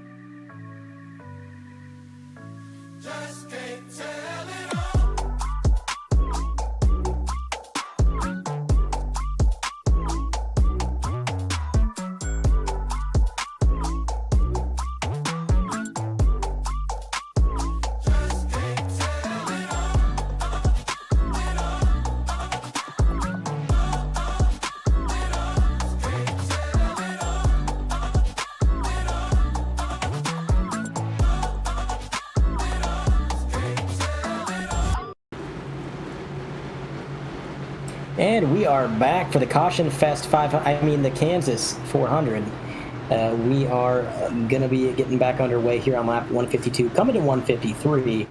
Race recap, 8 cautions so far for 28 laps. There's 116 to go. So we are a little bit beyond the halfway mark, and we've had 11 different leaders. And that is kind of Kansas in a nutshell. You're going to see a lot of different leaders generally when we come here, just because, as Jeff said earlier in the race, a lot of comers and goers, long run cars, short run cars, different strategies coming to fruition or falling apart.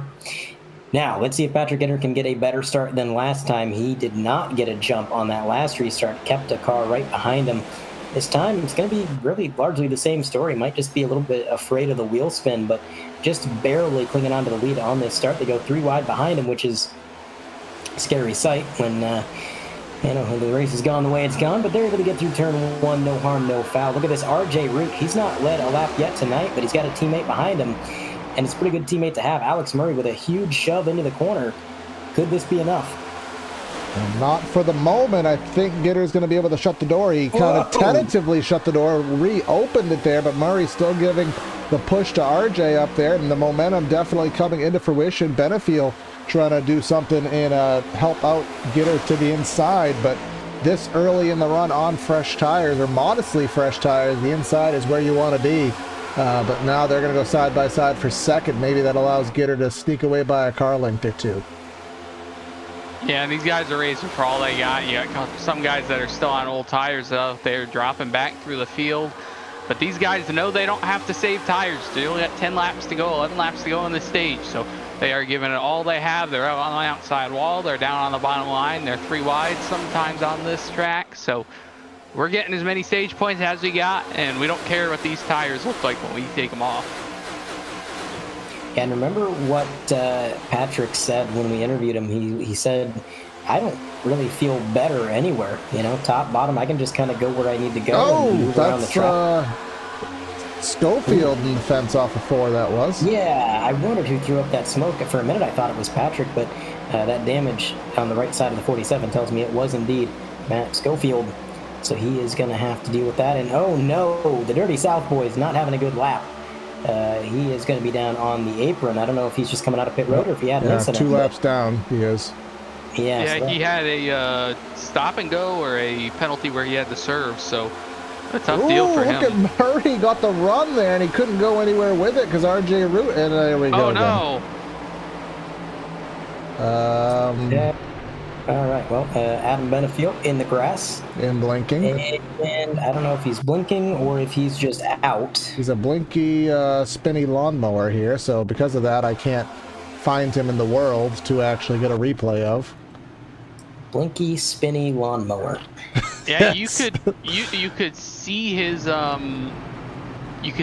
name on our board or on our leaderboard there, jumping all around. I wondered if he didn't get a tow or have something happen there, because the way he disappeared, it kind of looked like that, and he is on pit road now, so I don't know. Yeah, I literally can't because of the blinkiness situation here. Maybe if I focus on I'm trying to find a car who is in this realm.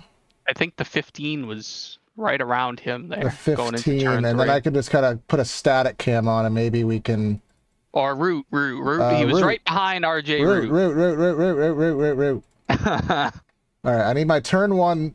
All right, we'll just keep this cam on, and maybe something will come into his smoke. And then he's just magically in the grass. So, and then it looks like he went to Back to the Future, kind of. You just saw random streak marks there. So, tough deal, though.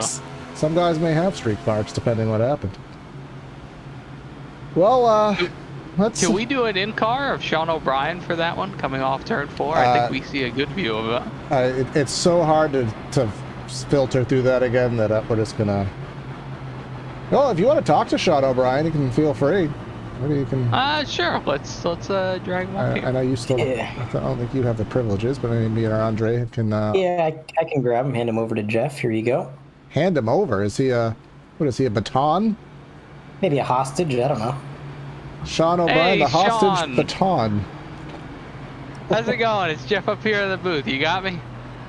I'm not even doing that good. Well, that's what It's we going wanted all to talk about. I mean, you're running 10th right now.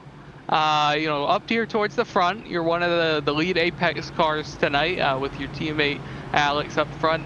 Going to restart right in front of you there. How's this track been? We've seen a rash of cautions here. Do you think we're going to be able to get back to a green flag and situation at the end of this stage and going into the end of the race here? This race is basically the story of the haves and the have-nots. The people who have the knowledge to save tires, try and get a long run, and the people who don't, and just go ham just from the drop of the green flag, and then after 10 laps their tires die and they wonder why they drop back. Anyways, probably more death and destruction to come, much to my chagrin. Kind of hoping, I'm already at 8x, the limit's 13, so I'm just hoping this thing goes green. It won't, but I'm hoping it does. Hey, at least you got a flag next to your name, though. You got a playoff flag next to your name. If that's any consolation, isn't that nice? If I get a couple more X's, I don't think I'm going to have that flag after next week. All right, man. Well, we got Benefiel here in the waiting room, and I know he wants to get his piece in after whatever happened to him. That's gonna be must-see TV. All right, man. Well, let's see what you can do with the last stage. Get back at it. All right, God bless. Thanks, guys. All right, got him back in the booth. Now I'm going to go ahead and pull in Adam Benefiel. Mr. Benefiel, you got a copy? Yeah, I got a copy. Well, Adam, that was about 8,000 cautions in a row. You survived the first 7,999, but that last one, that's the one that seemed to get you. We can't even really see what happened because your connection kind of blocked us from viewing your car. Can you kind of walk us through what transpired? I'll tell you what happened. Your driver just drove straight through my left rear. That's what happened. And I'm going to wait for him on pit lane after this race, and I'm going to give him a piece of my mind. All right. So should I get ready for a fight? Should I place bets? Is that? Oh, it's gonna be 2 hits, him hitting the ground and the ambulance hitting the interstate. Okay, well, I lagged. I'm kidding. I lagged, and for some reason I didn't know. I had problems with it last night, and I didn't think it was gonna be a problem tonight, and it just lagged, and for some reason it still read the contact between Robert. Robert didn't see me, but it read the contact, and it just hooked me, and I literally, I hate that y'all didn't see it because I was flipping down down the straightaway. So it was quite a hook. Why am I suspended for next week? Fighting words. We live in a PC world, and I'm not talking about computers. Action's detrimental to video games, Adam. Action's detrimental. But, speaking of the rivalry, my driver went through you. Okay. Maybe he couldn't see you, but he did go through. We noticed, LMM and Team Conti over these last few weeks, there's been some fighting words. You guys have traded some paint. What's it coming to a head here, or what's going on? I'm going to tell you, they better get the heck out of my way when they see that 83 coming on the track, son. I mean, I'm like a locomotive. If you're in the way, I'm going to plow right through you. All right, no brakes on the train. No brakes. What was funny is you were sitting there talking about the rivalry, and me and Robert were messaging PMing one another in the race. I was like, I love you, buddy, and he sent me a heart back. I mean, there's really no rivalry. Things get heated. I mean, especially between your guys and the Team Conti guys, and it's the same way with Dirty South. I mean, we're all so close and we're so tight, and I mean, sometimes stuff happens and you step over that limit, and unfortunately it takes somebody out and someone gets the bad end of the deal. But I mean, I think that this is going to be the most exciting playoff that this league's ever seen, because I mean, there's literally 3 or 4 teams that have they are going at it up front. They are throwing sliders. My boy Garrett is on a mission tonight. So you made a pretty good pass there, but thanks for ruining the drama. By the way, we're trying to maybe fluff up some drama, and just kind of make it entertaining. You're the shark eating the chum in the water. You had to like that in the first stage. I told you. Yeah. Well, what was bad is I hadn't even started pushing yet. I was still riding in 4th gear, so y'all didn't even let me get into the wide open gear yet. before your driver took me out. Now, come on, Adam. We know your car has 3 speeds: here, there, and gone. So, all right, Adam.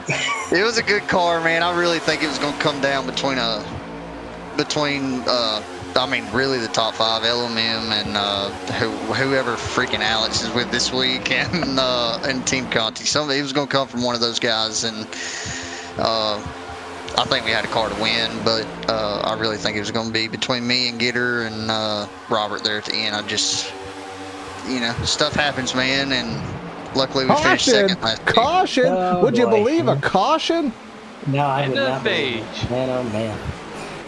That is going to be the end of the stage, and it looks like Oh, okay, Patrick it's a Gitter, real your boy, caution. won the Okay, stage, Adam. it's a real caution. Okay, it's fair. That's fine. Sorry, take my sass back. The driver's going to build himself up in the playoffs a little bit more, get a stage win. So that's pretty good to see. We thank you for your time, Adam. We're going to put you back with your team. Maybe you can give some moral support. Maybe you can send some more messages of love to Robert, so you can just ruin the drama that we were trying to make up in the booth here. So I'm gonna go get some drinks so I can make sure I make a scene after this race. absolutely. I look forward to it. Thank you for your time, Adam. All right, we'll see y'all. All right. Mr. Benefield out of the booth, and I guess I take my sass back. It was a real caution. It was a stage. It was not a wreck. I take my preemptive sass back. Well, in your defense, this is yet another caution. Patrick Gitter winning stage 2 as he won stage 1, so sweeping him and definitely looking to be pretty quick out there. Robert Miller doing pretty good to get a comeback in that stage, all the way up to 3rd. And RJ Root, he's running 2nd place, and he's had a pretty good car all night as well. So everybody coming down pit road, you're going to get 4 fresh tires and fuel. No reason not to take tires at this point unless you don't have them. But everybody should have them unless your name is Bobby Anderson. With all the spins he's had, he might be going through them. So the interesting anomaly there, guys, we talked about the potential flip-flop there with Hall in playoff points and stage points versus Miller. Well, Miller lost him. And then he gained him right back, 3rd in the stage, and then Dustin Hall outside of the stage for the points. So that we thought was going to flip-flop, but instead it does work out in the favor of Miller getting those points and trying to lock in prior to the next race. Yeah, definitely kind of going to change the running order big time. And I know that there are some playoff drivers who did not really fare too well in the stages. They're not getting a lot of points, and now their chance is gone. We're in the final stage of the race. It's just a clear shot to the end. We're under 100 to go, which theoretically, if it stays green, should just be one more pit stop along the way. So, if they couldn't get good stage finishes, they're going to have to get good race finishes if they want to have a shot at making that cut line into the round of 12. And I guess maybe pull a little bit of strategies how they're going to do it. We'll see, indeed. So we do have, I think, as we may have said, DeCiani and Dodson out there, 10-lap old tires. So our pitters on the stage will be relinquished back to the 3rd spot here. Just kind of a full field analysis right now. We do have 4 drivers out of the race. Jason Taylor, who did a start and park. Of course, he won D2 last night, but wasn't feeling great. So he could not manhandle the car today. He said he could barely even turn the wheel. He was feeling so under the weather. So start and park for him. Benefield out with his various issues, and Princeton and White. Only 1 car off the lead lap. Matt Long, he was 2 laps down, got the free pass back to 1 lap down after what we were told was some sort of a penalty there that put him multiple laps off the pace. Yeah, and it's going to be, if he wants to try to stage a comeback, it's going to be a tall mountain to climb. So I have to wait and see how that plays out. But Carl Dodson, it's an interesting situation here because, we know Carl's quick, at least in the short run. He shot out of a cannon pretty much on lap 2. I mean, the guy was shooting around the outside. He passed Robert Miller for the lead, led, 4 laps.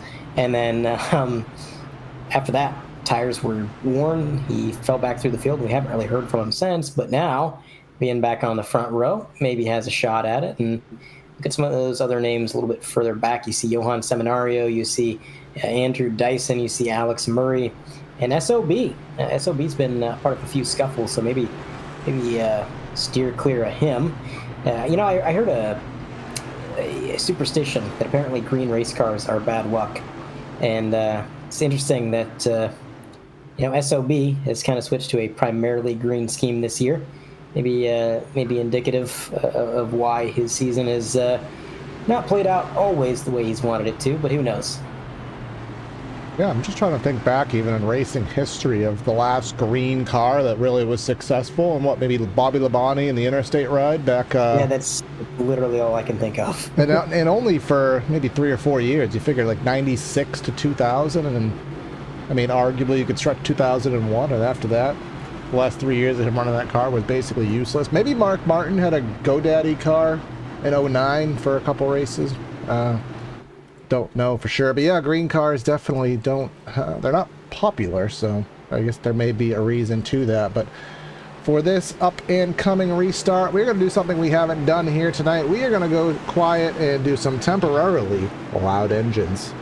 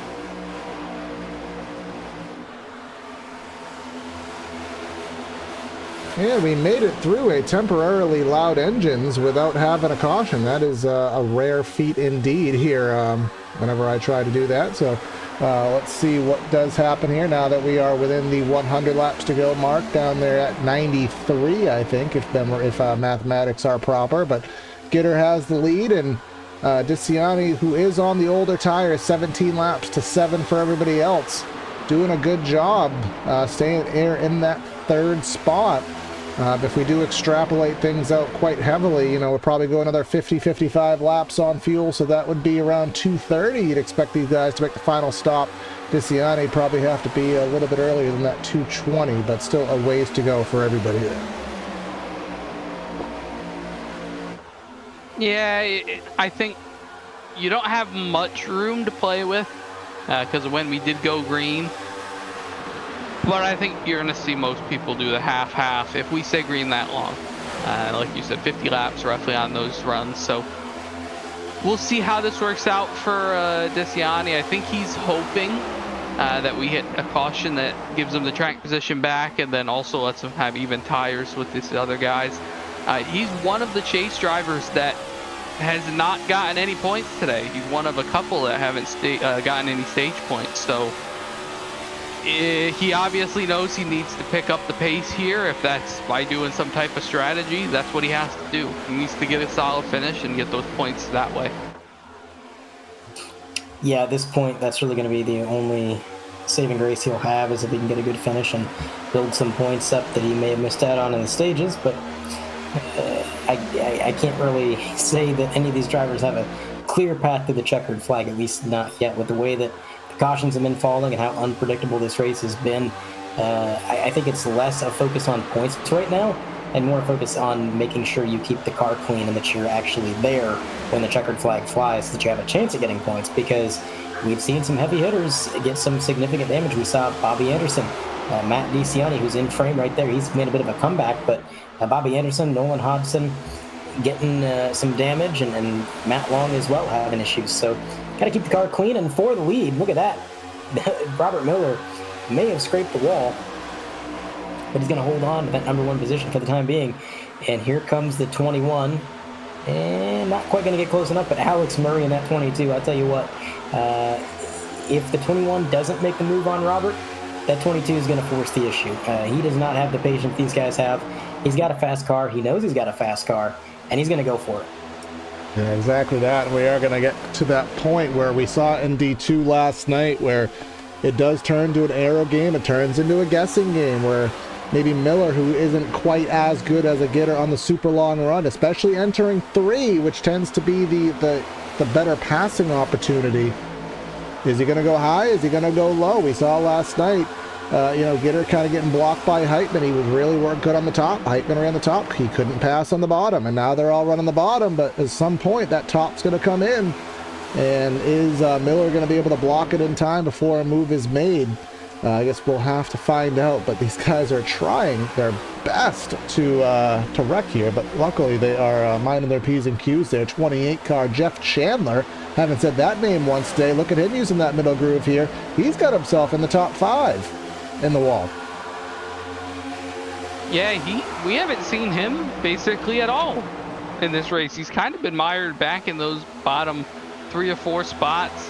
He missed the grid, so he had to pull off as everyone else was taking the green flag. Started basically a half a lap behind, and now with a little bit of strategy call, he's trying to make his way up there into the top 5 and trying to stay in the top 10.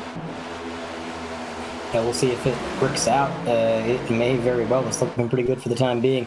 This battle right here, Matt DeCiani, Wayne Grassi. Wayne has been surprisingly quiet tonight. He had a lot of issues in D2 last night, a lot of which weren't his fault. Some of which may have been. But so far, just a quiet, clean night for Wayne Grassi, currently running 15th. But as you said there, Corey, SOB is not having a fun time with the internet connection, kind of blinking in and out. Maybe it's the curse of the green car. But for the lead, 21 finally gets down to the bottom side, and he may have something for him. He gets to the quarter panel, they give him a bit of a side draft, and now he's got to throw a hellacious slider if he wants to make it happen. But the 15 pinching him down low, not quite close enough, couldn't drive it in deep enough. And we're going to go 2 wide for both rows. Man, oh man, I did not think Robert was clear. I thought we were about to see a war crime transpire on the screen, but somehow we're all right. I think someone might have skid marks after that one. It might be me.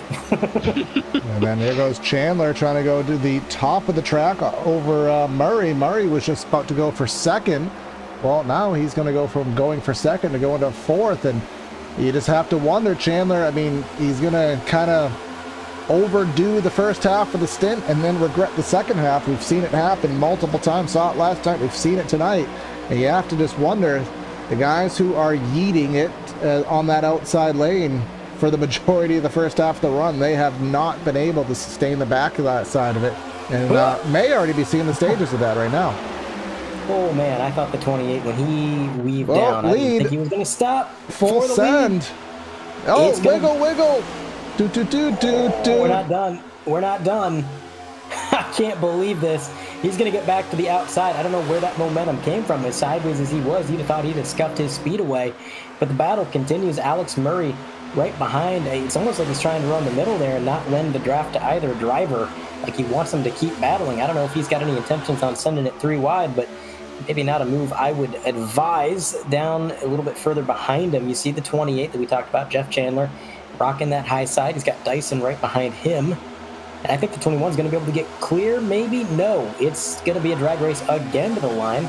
Give the advantage to Robert Miller that time. He's going to lead the lap, but 21 being door-to-door, this is prime opportunity to throw a slide job. And again, couldn't drive it in deep enough.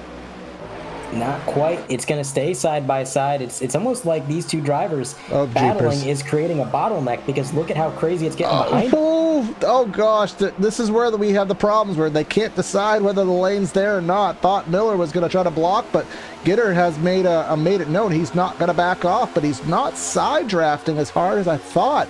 He probably could have peeled Miller back a little bit further, and that gave him the opportunity to side draft, and send it off in the corner. But we're 3 wide. Chandler's loose. We done. Trouble. Big trouble. Dyson's in it. Dyson's out of it. I don't know how Dyson got out of that. Many playoff drivers in this one. Russo has incidented it out there. Chandler, he was just in the, obviously we were just boasting about him. But yeah, Chandler's just sitting there. I don't know if he's got that virtual window nut down, but well, take a look at the PTR TV replay. A little dooring action there from Root, and that just set him off loose, and with Dyson never really could recover there, and then everyone's just kind of all over the place. Big hit there. That was Van de Sant there who just annihilated, I think, Chandler. We're maybe getting on board with him. Yeah, Van de Sant came in hot. I would like to get a better look. Here we are on board. So it's all going to happen right in front of them. There you see the smoke go up. Where do you All's go? Good, all is good. All is not good. Yeah, I mean, what else could he have done? There's just nowhere to go. There was cars from the top of the track down to the bottom. Just unavoidable. Yeah, I was watching all that mess, 3 and double wide and 3 wide, and I thought I saw a little bit of 4 wide there, and I was thinking to myself, this could only end badly, and it definitely did. So early on in this race, we saw a lot of playoff drivers up there in the top 10. Now we're seeing the exact opposite. These guys are getting damaged, they're having trouble, and it now looks like Robert Miller is going to go off strategy from all the other guys up front. He's going to bring that thing down pit road. No damage on that car. He's going to take on those tires that he left in the box a little while ago. Well, we're at the point. It's still 70 some odd laps to go, so we aren't in any plausibility of getting to the end. So there still is one more required pit stop. So I guess from that standpoint, a lot of the guys, it looks as though, I'm trying to get a rough estimate here how many stayed out. It looks like the last is going to be Hodgson there, so back at about 10th or so. Yeah, 9th position. So the top 9 decided, hey, I have to pit again anyways. I mean, I don't see enough justification to pit here 22 laps into the stint. And to be honest, I'd probably make the same decision. It's a tough call because we saw earlier, I think it was Hoffman, Russo, and a couple others stayed out on, I think, about 25 lap old tires. And we saw them drop significantly after about 15 under green. So it's very, very possible here that these guys are just hoping and praying that we go green from this point on. Maybe you can drive the hell out of it, try to get up there and gain a bunch of spots, and then pit as soon as everybody else starts to pit. That could be the option here. Yeah, kind of play it by ear and do whatever the competition is doing is generally the safest way to go about it. But, you know, sometimes playing it safe doesn't gain you anything. Sometimes you got to take a bit of a risk, get off strategy. And I know that if there was ever going to be a race where being off strategy might help, it could be this one, just because of how unpredictable it has been. Current top 5, Patrick Gitter, Alex Murray, RJ Root, Jim Schofield, Johan Seminario finally back up inside the top 5. It's been a while since we've seen him breach that landmark. Although, no, looks actually SOB might get around him. Not sure who's actually got the position. Looks like, yeah, no, Johan definitely has it. SOB a little bit further back. Is that damage to the left side of the car? I don't think that was there a moment ago.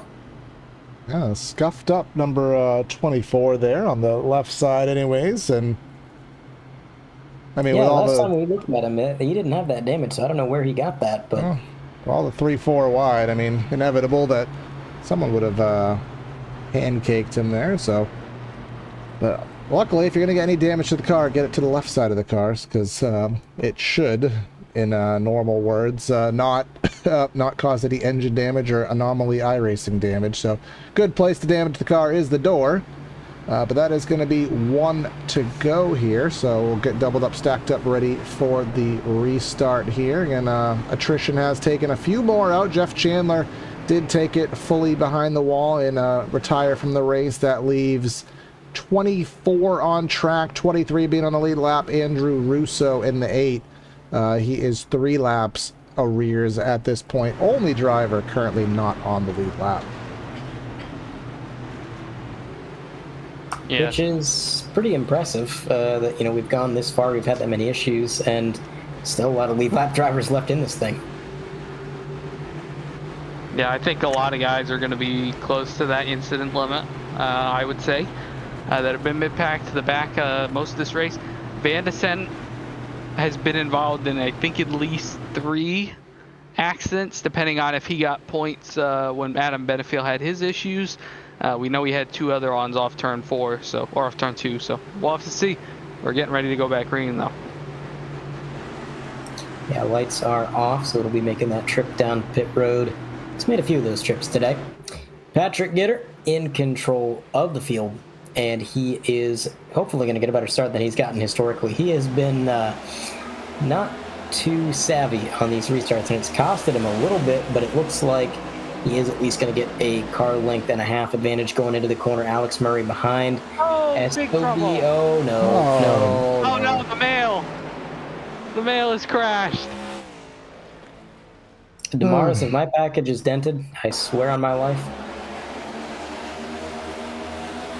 Let's see. Van de Sent goes in the middle there underneath the 33 of Tracy. I'll have to get a top-down perspective on that. And no. And it's it out. Yeah, I was going to say, I I think Van de Sent got incidented out. Oh, big hit. Yep, there he went. He done gone. So now John Delaney's not getting driver points and Apex isn't getting team points. That's a bit of a letdown.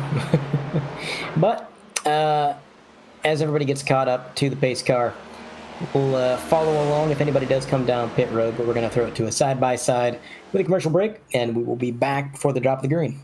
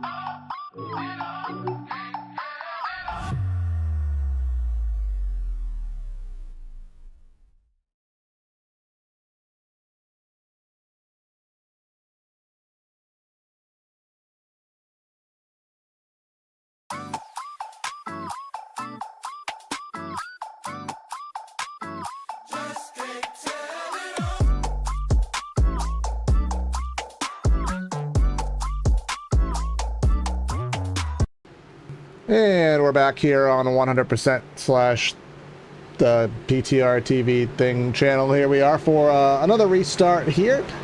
29 lap tires for the top 9 spots. We have the 10th spot on back who all pitted on that last caution, but we still expect one more pit stop here on the evening. Pat Gitter, who has led a bunch of this race, he's going to get him down. He's going to get that good jump. Murray did not read the start on the inside, so we're going to go side by side for second, but Gitter gets the good jump in about 3-4 car lengths into one. Ring the bell.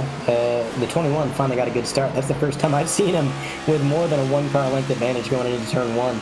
It's taken him quite a few attempts, but hey, if you got to practice your restarts, I guess this is the race. Murray.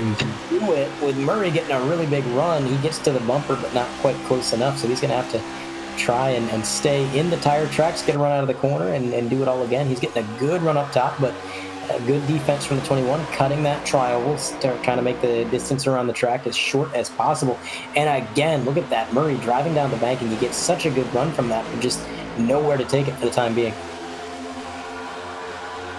Yeah, these guys are racing for all they have right now, especially those guys on the fresh tires back there.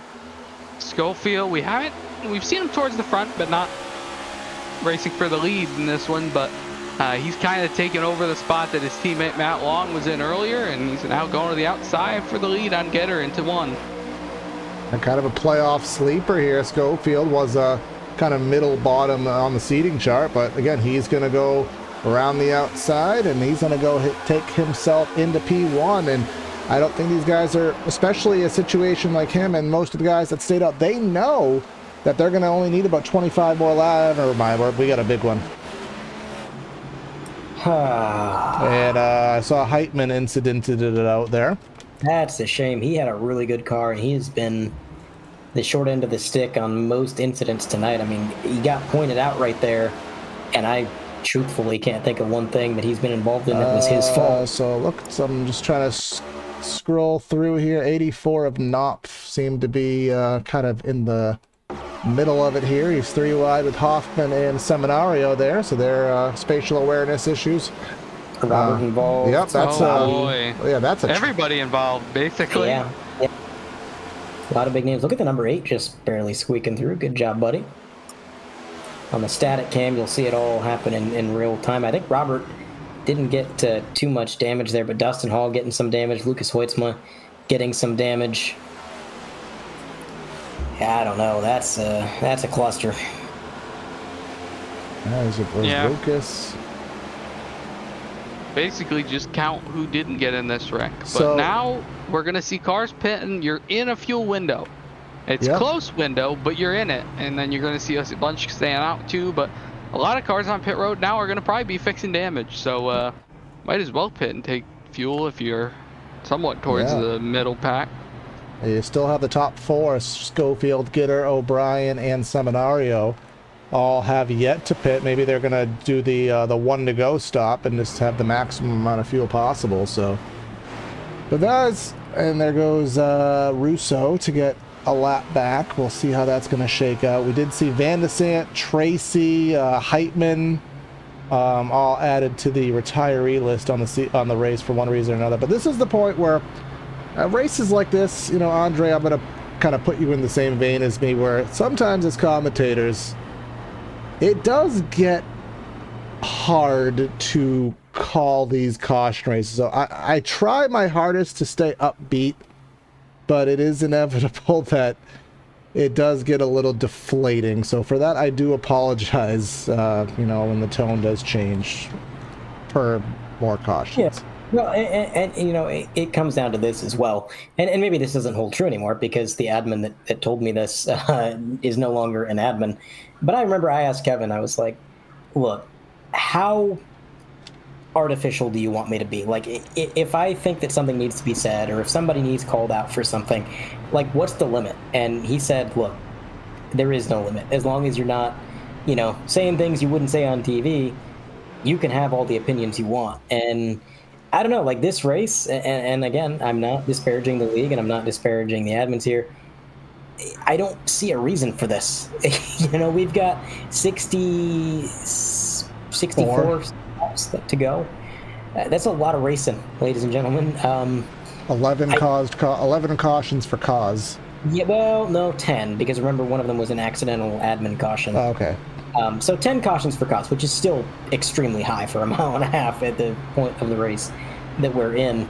I got to wonder why these guys aren't just calming down a little bit, taking it easy, saying, okay, we've seen what being overly aggressive gets us, and we don't like it. So we're going to calm down, at least for the moment, especially when we know that they can. This race started out, we had such a long green flag run through stage 1, and then stage 2 was even relatively decent. But once we got to this final stage, things have gotten hot and heavy, and I don't quite comprehend why. And Jeff has gone to the Star team chat with Hoffman and Russo, so he's trying to get some information there as we do go to 1 to go, and we are now down to 19 lead lap guys. Russo is now down to 1 lap down, and then we have Matt DeCiani, who is he is technically 1 lap down, but he is going to be much more than 1 lap down by the time that thing is in drivable state. Yeah, hopefully it will be in a more drivable state. Time will tell. The lights are off. Jeff's back. Did you get any intel? Anything juicy? Yeah, I got told that the people that pitted right there under caution think they can do it.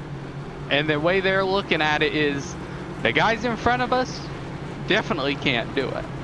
So they think this is going to get cleaned up.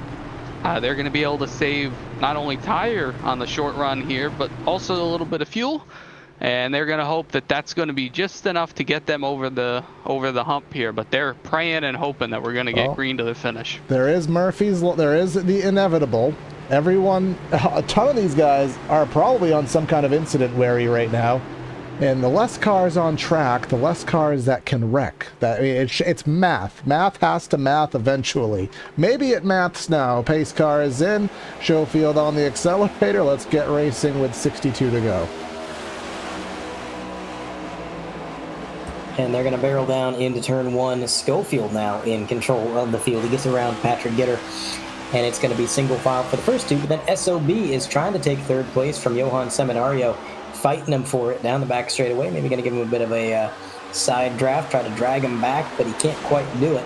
As they get into the corner, he is going to have to concede that position. Dyson, who just barely scraped by that last incident there, he was almost involved, but he was able to steer clear. He's up inside the top 5, now fighting with SOB. Johan moves up to 3rd. That is going to be the highest running non-playoff driver, but as you look at the top 10, we've actually got 3 non-playoff drivers. We got Johan, we got Nolan, we got Wayne Grassi, all having significantly improved from earlier in the night as far as running position is concerned. And they're up here mixing it up with the fast guys.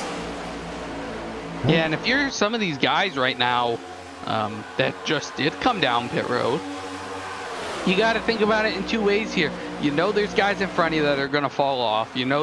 What their paces have been 15th, 20th place cars. What you have under the hood right now for fuel. 3 wide with Seminario. Sorry to cut you off there, but they ain't backing down, guys. No, and that's not what these guys that just pitted want to see. They want to see this go single file, go smooth, and go nice and be courteous with each other. And right now it looks like they're racing pretty dang hard. Did switch the ticker there over to lap to rather stint length, so you can see the variation. 40 laps, 18 laps, and you could see some 6s and you could see some 5s. You could see Murray, Root, Kaufman 6 laps, but then you have a Hoff, you have a Hoytsma, a Miller, a Hall 5 laps. So they topped off at the last opportunity. When you are stretching a fuel run as long as it can be, that extra 0.1 of a gallon can mean the difference between making it and not. Yeah, honestly, I think the guys that were pitting 6 laps ago still can feasibly make it. Maybe a little bit of saving going to be necessary, but the guys who topped off a lap later, I don't think they have anything to worry about. They should be okay. And Kansas, luckily, is a track that you can save fuel. You can take the low line and make your actual trip around the track shorter. There is off-throttle time once the tires start to wear, so you have an opportunity to clutch it and do what you need to do to save a little bit. Whereas if we were at a track like Atlanta, for example, there's no saving opportunity there. So if these guys were right on the very edge, all they could really do is use the draft and hope for the best, but they're not in that situation, fortunately. Miller on screen. Just taking a look. He was in that wreck. I don't see any damage besides to the door. And then Hoytsma, who was also in that wreck as well. So, so far, so good. I think the damage model may be on their side there to help them out still in the relative space of the lead draft. But Schofield still hanging on to the lead, 0.3 of a second. Dyson, highest he's been. I know he's been in at least one incident here on the evening, but he has kept the car in raceable condition, avoided most of the carnage, that's kind of the Aussie style. Again, that's kind of the road racer style. You know, get yourself to the end and race when it matters. Why would I put myself in the hornet's nest when it means nothing if it means I get taken out? And look at him putting himself where he needs to be when it matters. Yeah, remember what I said earlier in the broadcast about him being a driver who tends to learn a lot as he drives. He seems to just figure things out here and there. He puts the pieces of the puzzle together, and then after a while, he's got better lap times, and he's more than competitive, and here he is in the lead now as he's gotten around Jim Schofield. And that 0-4 machine is going to put a lap lead on the board right here, lap 212, coming to 13. So that is pretty impressive. He does have a hard-charging Patrick Gitter behind him, and that may be difficult to contend with. He's probably pleading with his Dirty South teammate there, Jim Schofield, please, oh please, do some blocking. But I'm not sure how much blocking he can really do because that 21 is on the move. Although the 21 is on a 45 lap run right now as opposed to the 23 lap. So if Gitter is still faster than Dyson with a 20 lap detriment on the tires, that's just unfair for everybody else. But again, with 46 laps in his tank, or rather expired, he's going to have to pit sooner than anybody else. So the window is open. We know that Dyson will have to come back. We know that Gitter, O'Brien, let me just pull up the stint graphic one more time. See those high numbers over there? Basically anything above 11 or 12 is going to be another required pit stop. O'Brien, Gitter, Schofield there banking on a caution, which is a good bet. But if we don't get it, that'll throw this race upside down.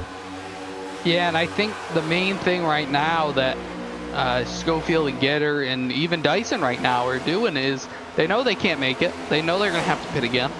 We're going to drive as hard as we can and try to get away from these guys. And right now, Dyson, half a second lead over Schofield and Gitter. They're side by side now. Gitter getting by for second, but they have almost 2 seconds over Alex Murray in fourth. So they are really just going all on this. Let's go drive away and then make our stop when we have to.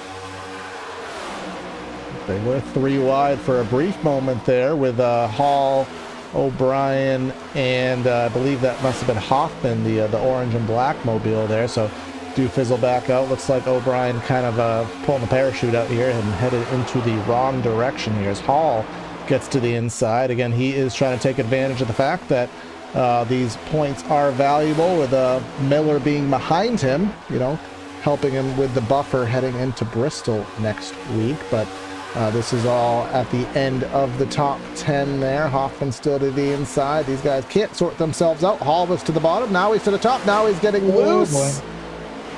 He's still loose. He ain't saved it yet. Hall getting loose was actually what kicked off one of the first cautions we had. So very similar scenes there, but luckily it ended different. Yeah, managed to save it. He had the space. The guys around him gave him the space, but he's still not comfortable by any stretch. No, he is still sliding, and I got to think his tires are screaming at him from that initial slide. And again, it's kind of like rolling a snowball down a hill. The more you do it, the bigger the problem becomes. You slide, the tires get hot, then you slide more. So then the tires get hot. Like, there's no good way out of it other than just backing off. And how do you do that? When you've got all these cars behind you, you can't afford the lift. You're going to get run over. So it's a bad situation. Hodgson there. Remember, he got the 2X Ricky Rudd of the Race award with some 2 great saves there. Wasn't involved in an incident. Didn't quite get the hat trick there. Miller finds himself beating the sandwich. Grassy to the inside. O'Brien to the top. O'Brien trying to keep it out of the fence within inches of it here at Kansas Speedway. And there goes Hall, still loose right in front of the whole side-by-side pack. Yeah, this is like pace laps right now. This pack of about 9-10 cars. And Robert Miller says, I don't want to be under pace laps anymore. I want to be the leader of this line. So he's going to get clear of all these other guys. That'll put him to 4th. But like we said, the top 3 have driven away from these guys. Almost 4 seconds over 4th place the top 3 has. Yeah, and Patrick Gitter has gotten around Schofield, so he's only got one more car to pass for the lead. But as Corey mentioned, he's on much older tires than our race leaders. So the fact that he was able to get up to 2nd at all is quite impressive. But the fact that he's closing in now on the leader is even more impressive. This battle right here, Clayton Hoffman, Nolan Hodgson, SOB. I swear to God, that 24 car looks more beat up every time we pan to it. I don't know what he's doing out there, but oh no. Hold on to her, Nolan. That looked bad for a moment.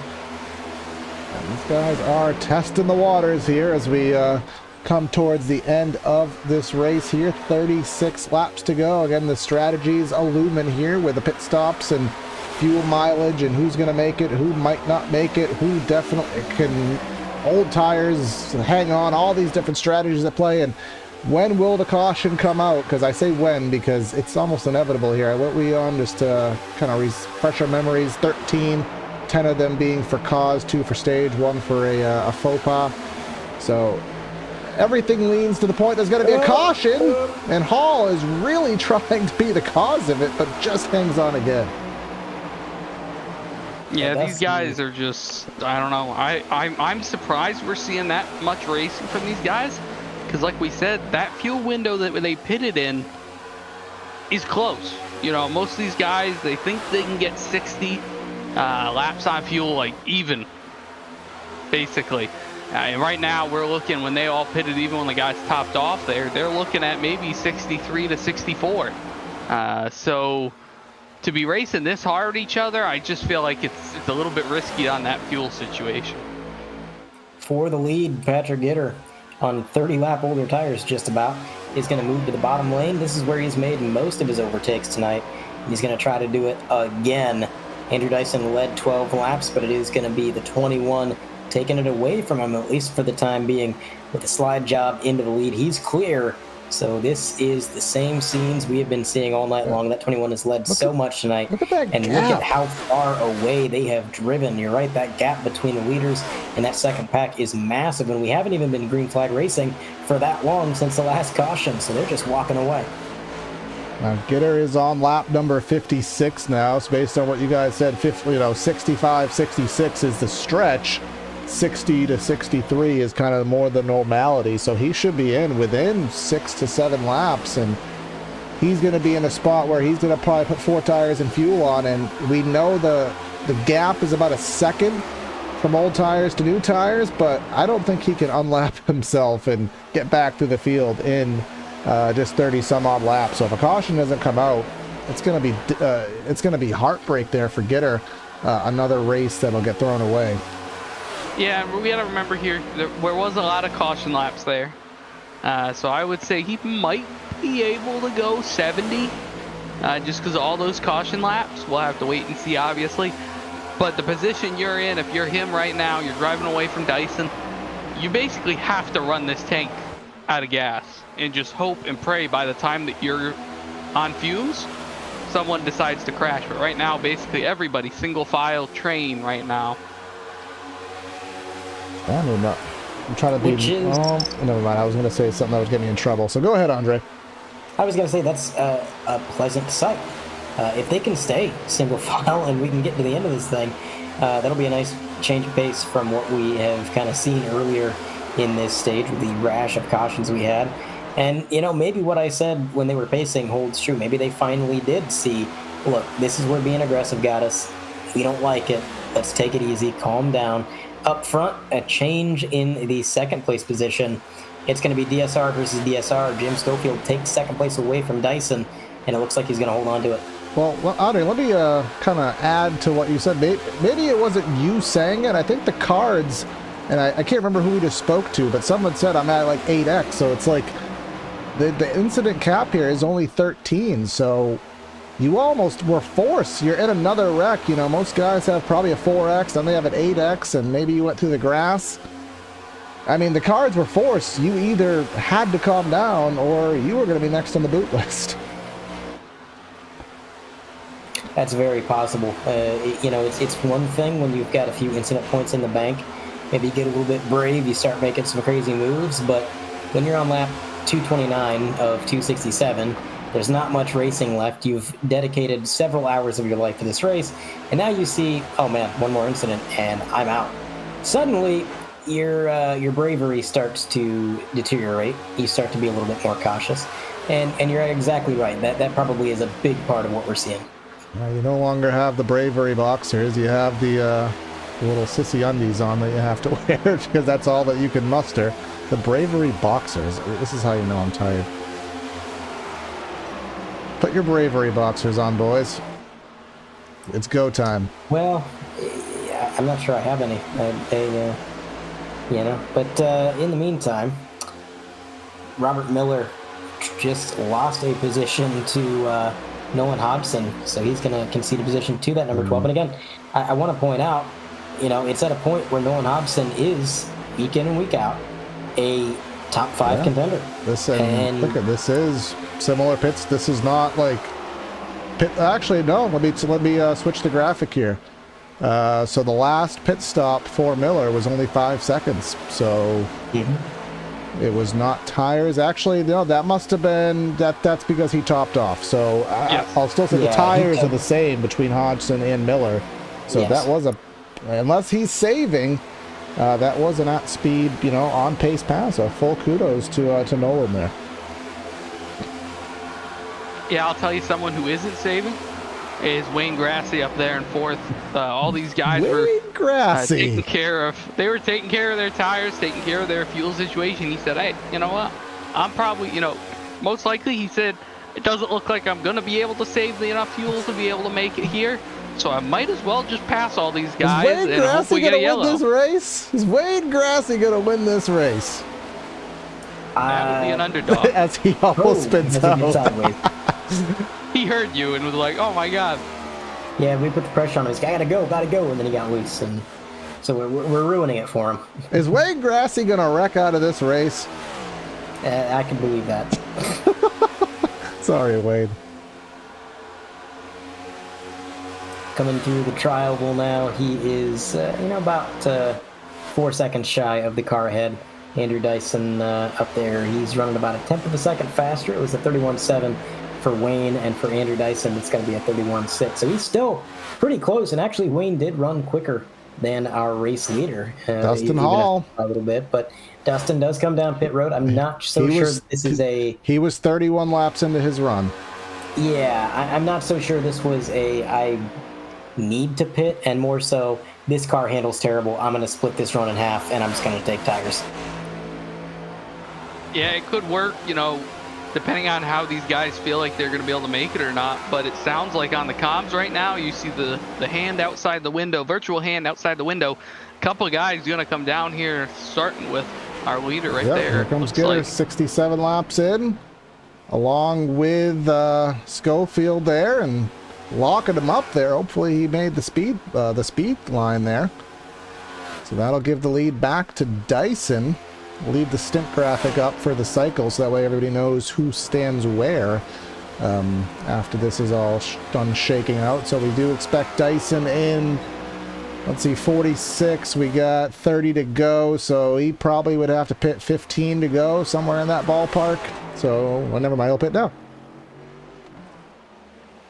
Yeah, might as well there. You're going to be losing time to some of these other guys. You can't make it. You might as well pit now and hope and pray that either some of these guys run out or you have a little bit better pace if they have to really start saving. So he'll come down. Looks like he'll cycle out to somewhere back there around 15th place, as the other two, Getter and Dyson, I think, are going to be right around 16th, 17th. So not too many spots they're going to lose, but they're going to need some help if they want to end up back in the top 10 at the end of the race. So, Andre, 2 days in a row, both in D2 and in D1, Wayne Grassy has led laps under green. Yeah, that is, I'm telling you, it's the red stripes. Those are new on the paint scheme. Everybody knows that stripes make your car go faster. If he had flames, Corey, he would have been lapping the field by now, quite frankly. Because stripes make you go fast, flames make you go faster. That's just racing. Let's see here. There we go. No, that's not a... Oh, no. Get rid of that. Get rid of that. That's not... I can't go on TV. Whoopsie daisy. Corey is not an artist.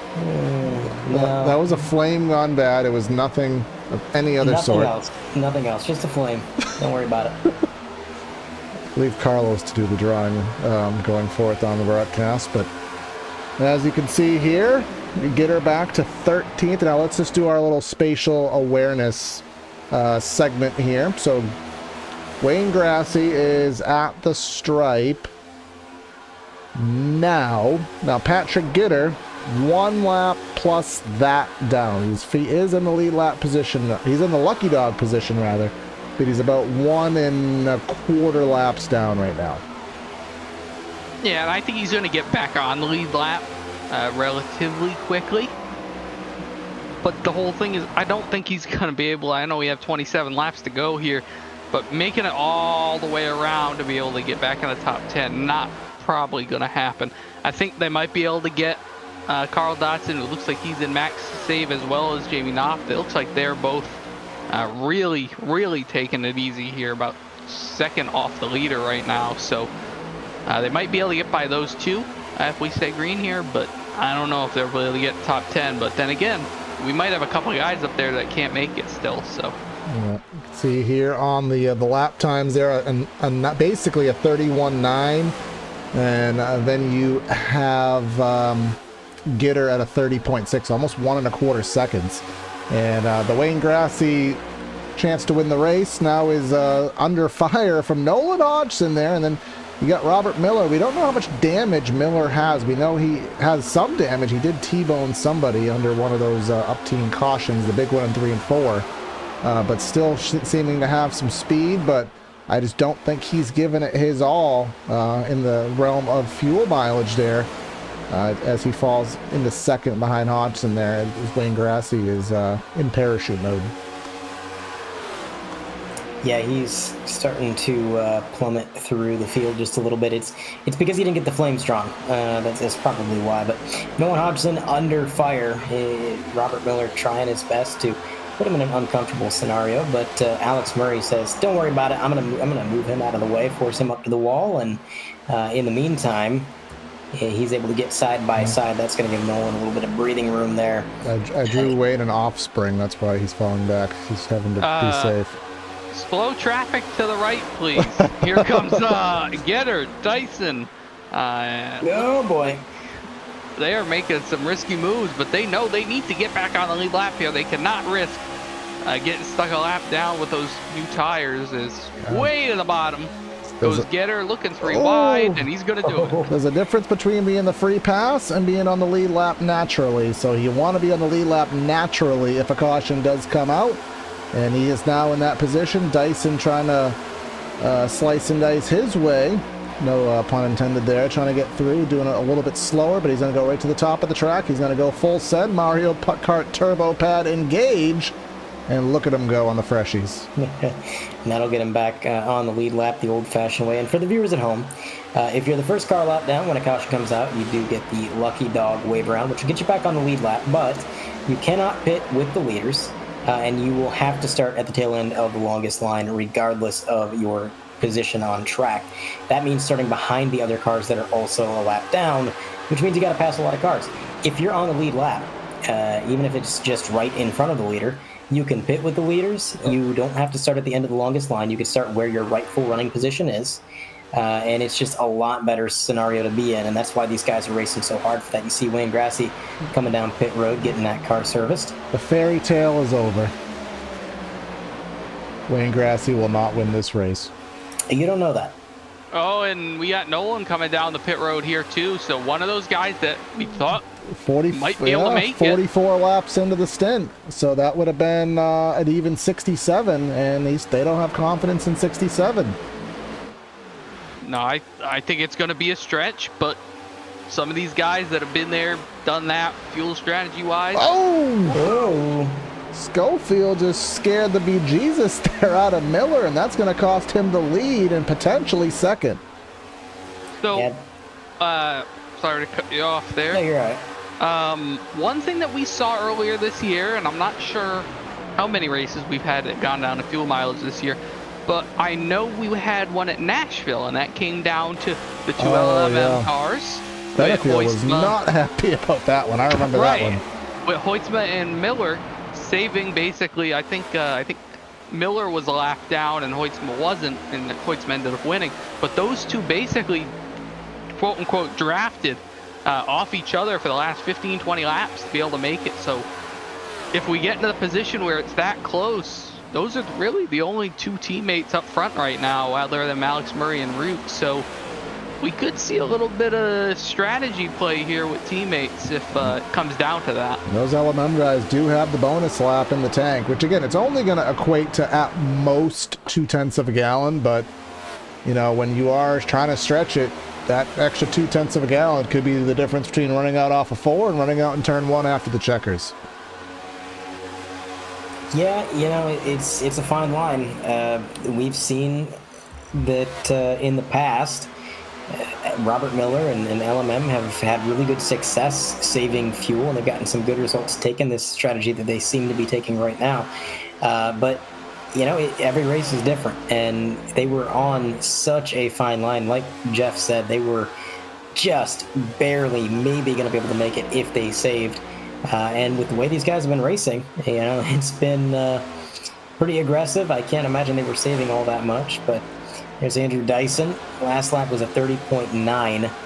His best lap was a 30.5. So one of the drivers who has pitted, his tires are already starting to...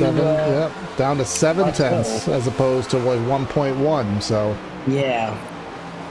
So tires are a big help, that's for sure. And you know, I don't know that it's going to outweigh the time they lose pitting if somebody's able to make it, but definitely worth a shot. Yeah, one thing that we didn't see so far through the people that have pitted, which I thought we possibly could have seen somebody roll the dice there, was try 2 tires. You know, you would have run 20 laps to start this run, and then maybe come down, top off on fuel, and just take 2 and try to save that 6 or 7 seconds there that these other guys are going to have to spend taking 4 tires. We haven't seen it yet. And with Getter and Dyson already back on the lead lap, almost within 20 seconds of those cars that haven't pitted yet, I don't think we're going to see it, but it would have been interesting to see that. And at this point, we got 11 cars on the lead lap, and looks like right now Sean O'Brien in the lucky dog spot in 12th. Sean O'Brien 22 laps in. He trying to see where he is on track in relation. He is just behind our lead pack right now, so but he's not running laps that much faster. He's only running 0.4 faster than Alex Murray, who is leading this pack and presumably in fuel saving mode. So not sure what that says about 24th is damage or if the car is just out and toasted right now, but we'll see what happens. You have to imagine. Let's kind of go on board here actually. Let's go on board with Miller. See those RPMs and see if we can force Shadow any kind of saving.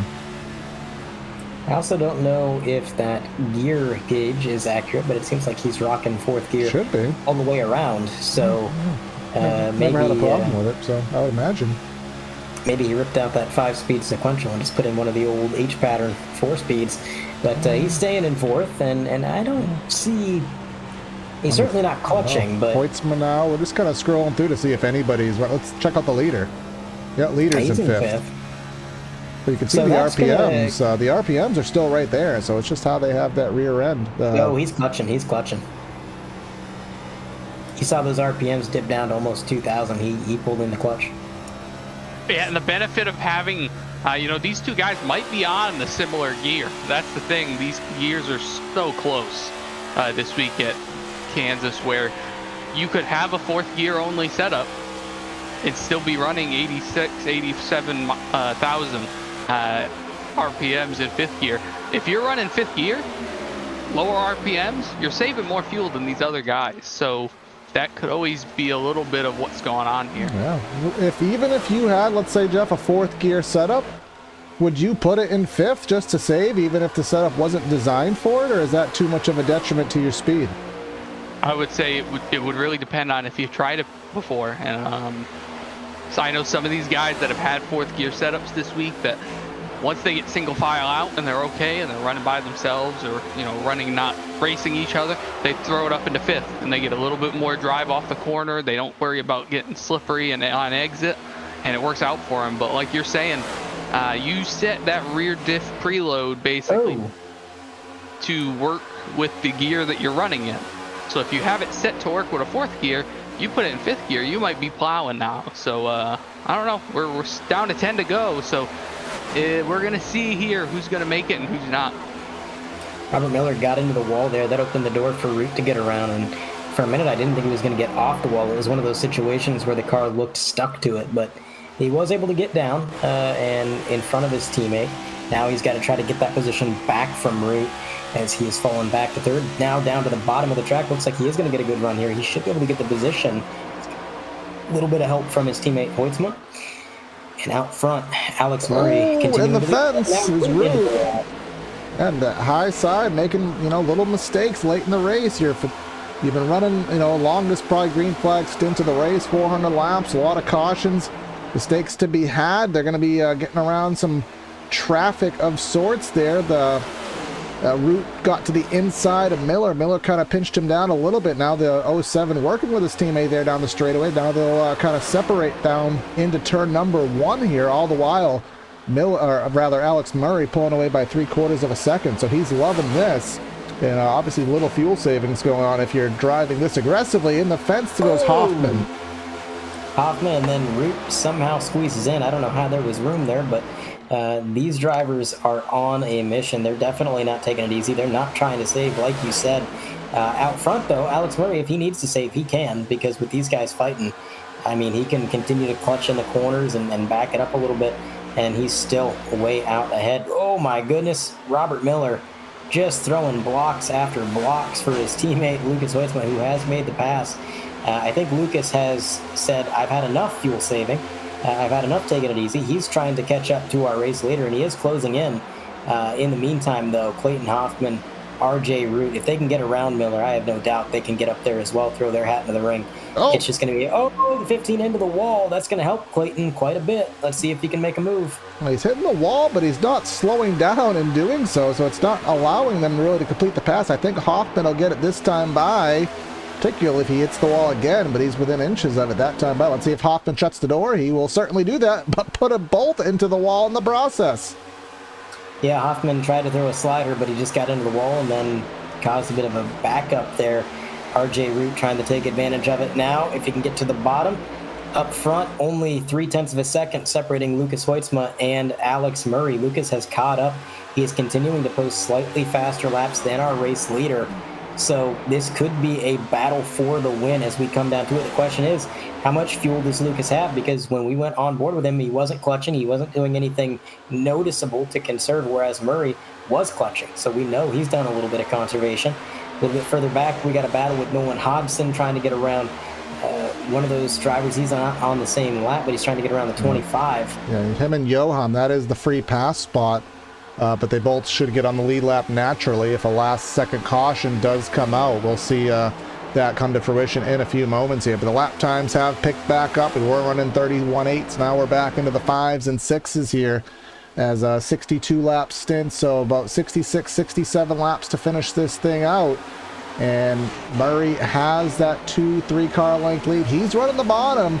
But the top is usually where these guys are being on these long runs. Let's see if Hoytsma can reel them in there from that top groove. But it's going to turn into an aero block game. It's going to turn into a fuel game. It's going to turn into a don't screw up game. A lot of things at factor here with 3 laps to go at Kansas. Yeah, I think it really is a bit of aero blocking going on here. The dirty air has stalled out Lucas. He closed in so much after he got around his teammate. It was 0.7 of a second to the leader, and he closed that gap up in just a couple laps. Once he got to about 0.3 of a second, though, it is completely stalled out, and he is unable to get any closer or get close enough to get within striking distance. Meanwhile, Clayton Hoffman, Robert Miller, these drivers about a second back. They're not really a threat for the time being. 2 to go in the race. Lucas entering the corner, 1/10 and a half behind our race leader. He's actually going to get a good run through the turn here. This could be a really good battle for the penultimate time down the back straightaway. He's on the bumper. He's within striking distance, but can he stay there? He's got to set himself up. This isn't going to be an overtake you can make in one set of corners alone. You're going to have to do it over the course of a lap, set him up, and execute. White flag in the air. It's going to come down to a one-lap shootout here. We got a barn burner on our hands. Is there enough fuel? What move is going to be made? I think it's going to be a guessing game of what lane does Murray block in 3, or could Lucas just gets it by himself? Coming off a 2, he gets himself into the fence, just a whisker there. That's going to be enough. That's going to give Murray a 2-car length lead, and now we have Hodgson there, lap down car. That's going to get in the mix, but that little mistake from Lucas Hoytsma cut off any chance he had for a 3 and 4 surge, and that's going to give Alex Murray a free ticket into round 2 with a win here at Kansas. Yeah, and that win is huge. Remember, he did not show up last week to Darlington, so he was basically in the bottom of the final 4 to get cut. He doesn't have to worry about that now. He's going to go to Bristol next week with a lot less on his shoulders after winning here at Kansas. 65 laps was the final fuel tally there. Hoytsma with a second, Hoffman, Miller, and Root. Gitter, actually Dyson managed to get around Gitter there, much to our surprise there. So the 7th and 8th there were those 2 guys who did have to make that pit stop. But congratulatory little bump there from RJ Root as Alex Murray will burn it down here on the Kansas Speedway front straightaway after a win here. Let's see what the final taking was for him. 22 laps for the 22 car. So he's going to park it on the start-finish line, do a bit of a burnout, throw up a smoke screen, and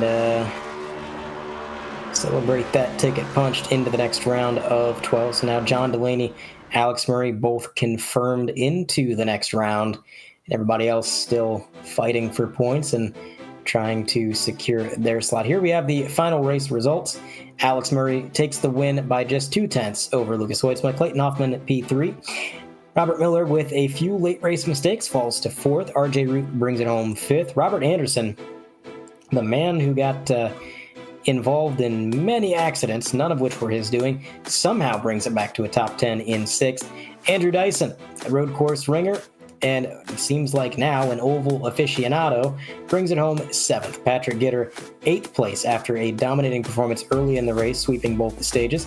Jim Schofield, P9, and the Drumhammer gets a top 10. He was the first one out of the playoffs there. Playoff domination for our top 10. 11th place finds Nolan Hodgson there, had a good run. Johan Seminario, remember he was one of the ones that had to pit 12th. Dustin Hall with a 13th. SOB, a modest run for 14th. Jamie Knott 15th. Damaris Hickenbottom in 16th. Then you got Russo and Dotson. Wayne Grassi led some laps, but had to make that stop. And pretty much everybody here on out, 20th on back, out of the race in some form or other. Matt Long in 20th, and then the rest of the grid. I'll give it to you there, Jeff. Matt Desiani, another playoff driver, 21st. He got collected in that whole mess down in turn 4 earlier. Derek Heitman had a lot of speed, not going to be able to show much for it. 22nd, Rob Tracy in 23rd, Alex Venison. Another incidented outrace this season in 24th. Jeff Chandler 25th, Matt Long 26th, upset Adam Benefiel in 27th, Alex Brinson 28th, and Jason Taylor with the start park tonight in 29th. All right, so that is our finishing order here from the Kansas Speedway. So let's start our post-race show. We'll head down to Victory Circle and talk to Alex Murray. Think we have found him, and I'll have a quick word with our race winner. Let's go ahead and bring him in the booth.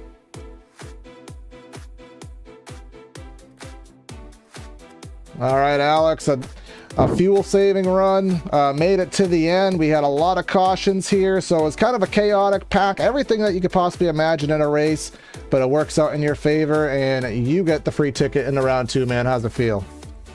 Really good, considering I missed last week, for reasons, family reasons, and just glad that I could come back as strong as I left. you obviously get that. Yeah, now you get to head into Bristol, which a lot of guys will be stressed, but you get to just breathe and have fun with it. But ultimately, I just have to ask, how close was the fuel there at the end? We saw some guys who we thought could pit came in and kind of retorted on it, but you and that top 5 were all battling hard. But how close ultimately was it?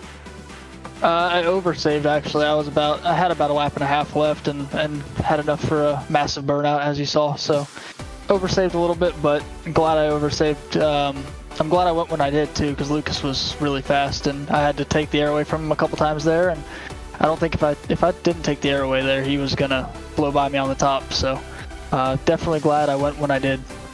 And of course, now you get the free pass into round number 2, which is a very difficult lineup of tracks. We got Dega, we got what do we got? I think Homestead, and then the Roval. So, do you take this win as an opportunity to start practicing for round 2, or are you full set on Bristol to try to get yourself some more points? With how strong we were here tonight, I think Homestead's looking really good. Really similar tracks, and I think the Roval will be pretty good for us too. I know Dyson and Neil will be really fast there, so I think those are the guys we'll have to look out for there. But if we can keep up with them, point our way into even the round of 8, I'll be pretty happy. All right, man. Well, congrats again on a solid run here at Kansas, and we'll see what we can do next week. All right, thank you, guys. Now Andre has caught up with our second place finisher, his employee there, his driver there, Lucas Hoitzma. Mr. Hoitzma, you got a copy? Yes, sir. Well, Lucas, you and your teammate both did some pretty good fuel saving, and with a strategy, you're both coming home in the top 5, which is not a bad points day here in the playoffs. You had a really good battle with the race leader there for the last few laps. You reeled him in. You made a few good attempts at it. What was it going to take to make the move, and what do you think you could have done different? Well, I think I could have started driving up a little earlier. I think I waited a little bit too long. Robert was kind of saying he wanted to go, and I was just kind of sitting there like, yeah, I'll just save a fuel and tire for a few more laps here. And then I think by the time we started making the move up, it took so long to get through those guys that burnt their tires up a little bit. And Alex was able to just drive away. And luckily I was able to get up to him at least. I had a shot at him, but I just, car stepped out on me. I got a little loose on that white flag lap and wasn't able to turn down under him. So, I don't know, still a great finish, great night for points. After not a good finish last week, definitely helps the situation. But getting this close to get another fuel save win for sure. Yeah, I was mentioning earlier that it's very reminiscent of one of your other wins in the season. I can't remember exactly where it was, but it seems to be you and Robert's forte. It works out pretty well. We had a lot of drivers come down pit road and bail out from that strategy of trying to save, and it didn't quite work out. So made the right call indeed, but we're on to Bristol next week. How do you feel about doing some short track racing? Absolutely love Bristol. One of my favorite short tracks on the service in real life, but my luck at Bristol in this league is not the greatest. I think I've DC'd twice, got wrecked twice, and I think that's all my starts at Bristol. So, yeah, I'm not thinking it's going to be a good shot to, get a win or maybe get a good finish. I'm just going to be trying to hold on next week. All right. Well, hopefully you can do just that, get another good point stay, and then see what you can do. But again, congratulations on a podium, and we will catch you next week, Lucas. All right. Thanks, Matt. See you guys. Second place finisher out of the booth, and now Jeff has caught up with third place. The man who was up and down the grid all day long brings it home on the podium. It's Clayton Hoffman. Hey, Clayton, it's Jeff up here in the booth. You got me? Yes, sir. Well, we were able to get some information from your guys there throughout the race. We knew it was close on fuel for you guys as one of those that pitted but didn't top off, unlike some of the other guys around you there. You were up and down all race long, and finally by the end of this thing, you ended up back up front by fuel strategy or not. You ended up top 3. How treacherous was this racetrack today? Every single wreck was beside me or behind me except one, so there's just one big wreck, and I was just able to drive straight through it because everybody just drifted off either into the wall or in the inside or like the infield on the backstretch. So I really didn't have a problem at all. I had to make maybe one move when I was on those 30-lap old tires to make sure I got to the top to where I felt safest. just because, and you're on old tires, you're that slow. Everybody's just gonna have a massive run on you, center exit of the corner, and no one wants to run top short runs. So yeah, it just all kind of worked out for me, and I don't think I got a X or a ding or anything. Well, that's a lot more than most of these guys could say tonight, as we knew a lot of issues on racetrack. But a good run here at Kansas. Top 3, obviously, a good points run as well, decent stage points overall. You go back to Bristol next week, where we know you won in the spring race there. As we know, it wasn't dirt either, so we're going back to a concrete Bristol like you won at in the spring. So do you think you're going to be able to have the same pace you had there in the spring? And if so, what do you expect overall throughout the race in there? I'm probably not going to have any time to work on the setup. We got the championship to try and help Garrett win. So all my time has been dedicated, or is going to be dedicated to that as soon as we make it through Phoenix. So I'm probably just going to show up and do qualifying on that Saturday, do a 30 or 50 or something, and just run the exact same setup as long as I don't wreck on it. It's just a couple other things going on there, so I just won't have the time. And as far as my expectations for the race, I'd expect 20 cautions at least. The last Bristol race went a lot cleaner than I thought it was going to. Had a couple decent runs in there, but I expect with the playoffs, people trying different tire strategies. There's going to be more wrecking. Right. Well, hopefully we don't see that. But overall, I think, you guys had a good run this week, and hopefully you'll be able to work on getting Garrett there, helping him out, and then hopefully we'll be able to see you up front again next week at Bristol. Yeah, hopefully everything works out. Thank you.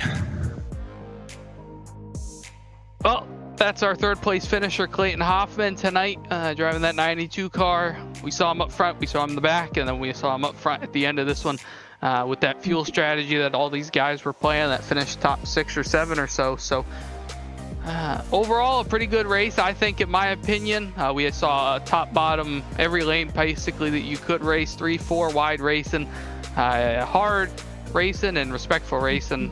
What did you guys think out of it? Well, it's kind of all little race of all sorts. It was rough around the edges. It started good. It was really rough in the middle, and then it kind of smoothed itself out for the end. Turned into a classic intermediate race, but as you said, all lines in play. A lot of good, solid racing, and definitely look forward to Bristol next week to conclude the round of 16. Yep, it's going to be a barn burner of a finish. There is still one more guaranteed ticket to punch next week, perhaps, and a bit of a battle on the bubble back from 12th to 16th in points. So that'll be fun to watch. And of course, Bristol is always entertaining in and of itself, regardless of the circumstances or drama surrounding the race. It's just going to be a lot of fun. But I suppose that is just going to about do it for us here on PTR TV /100%. Thank you guys for tuning in. It's been a blast.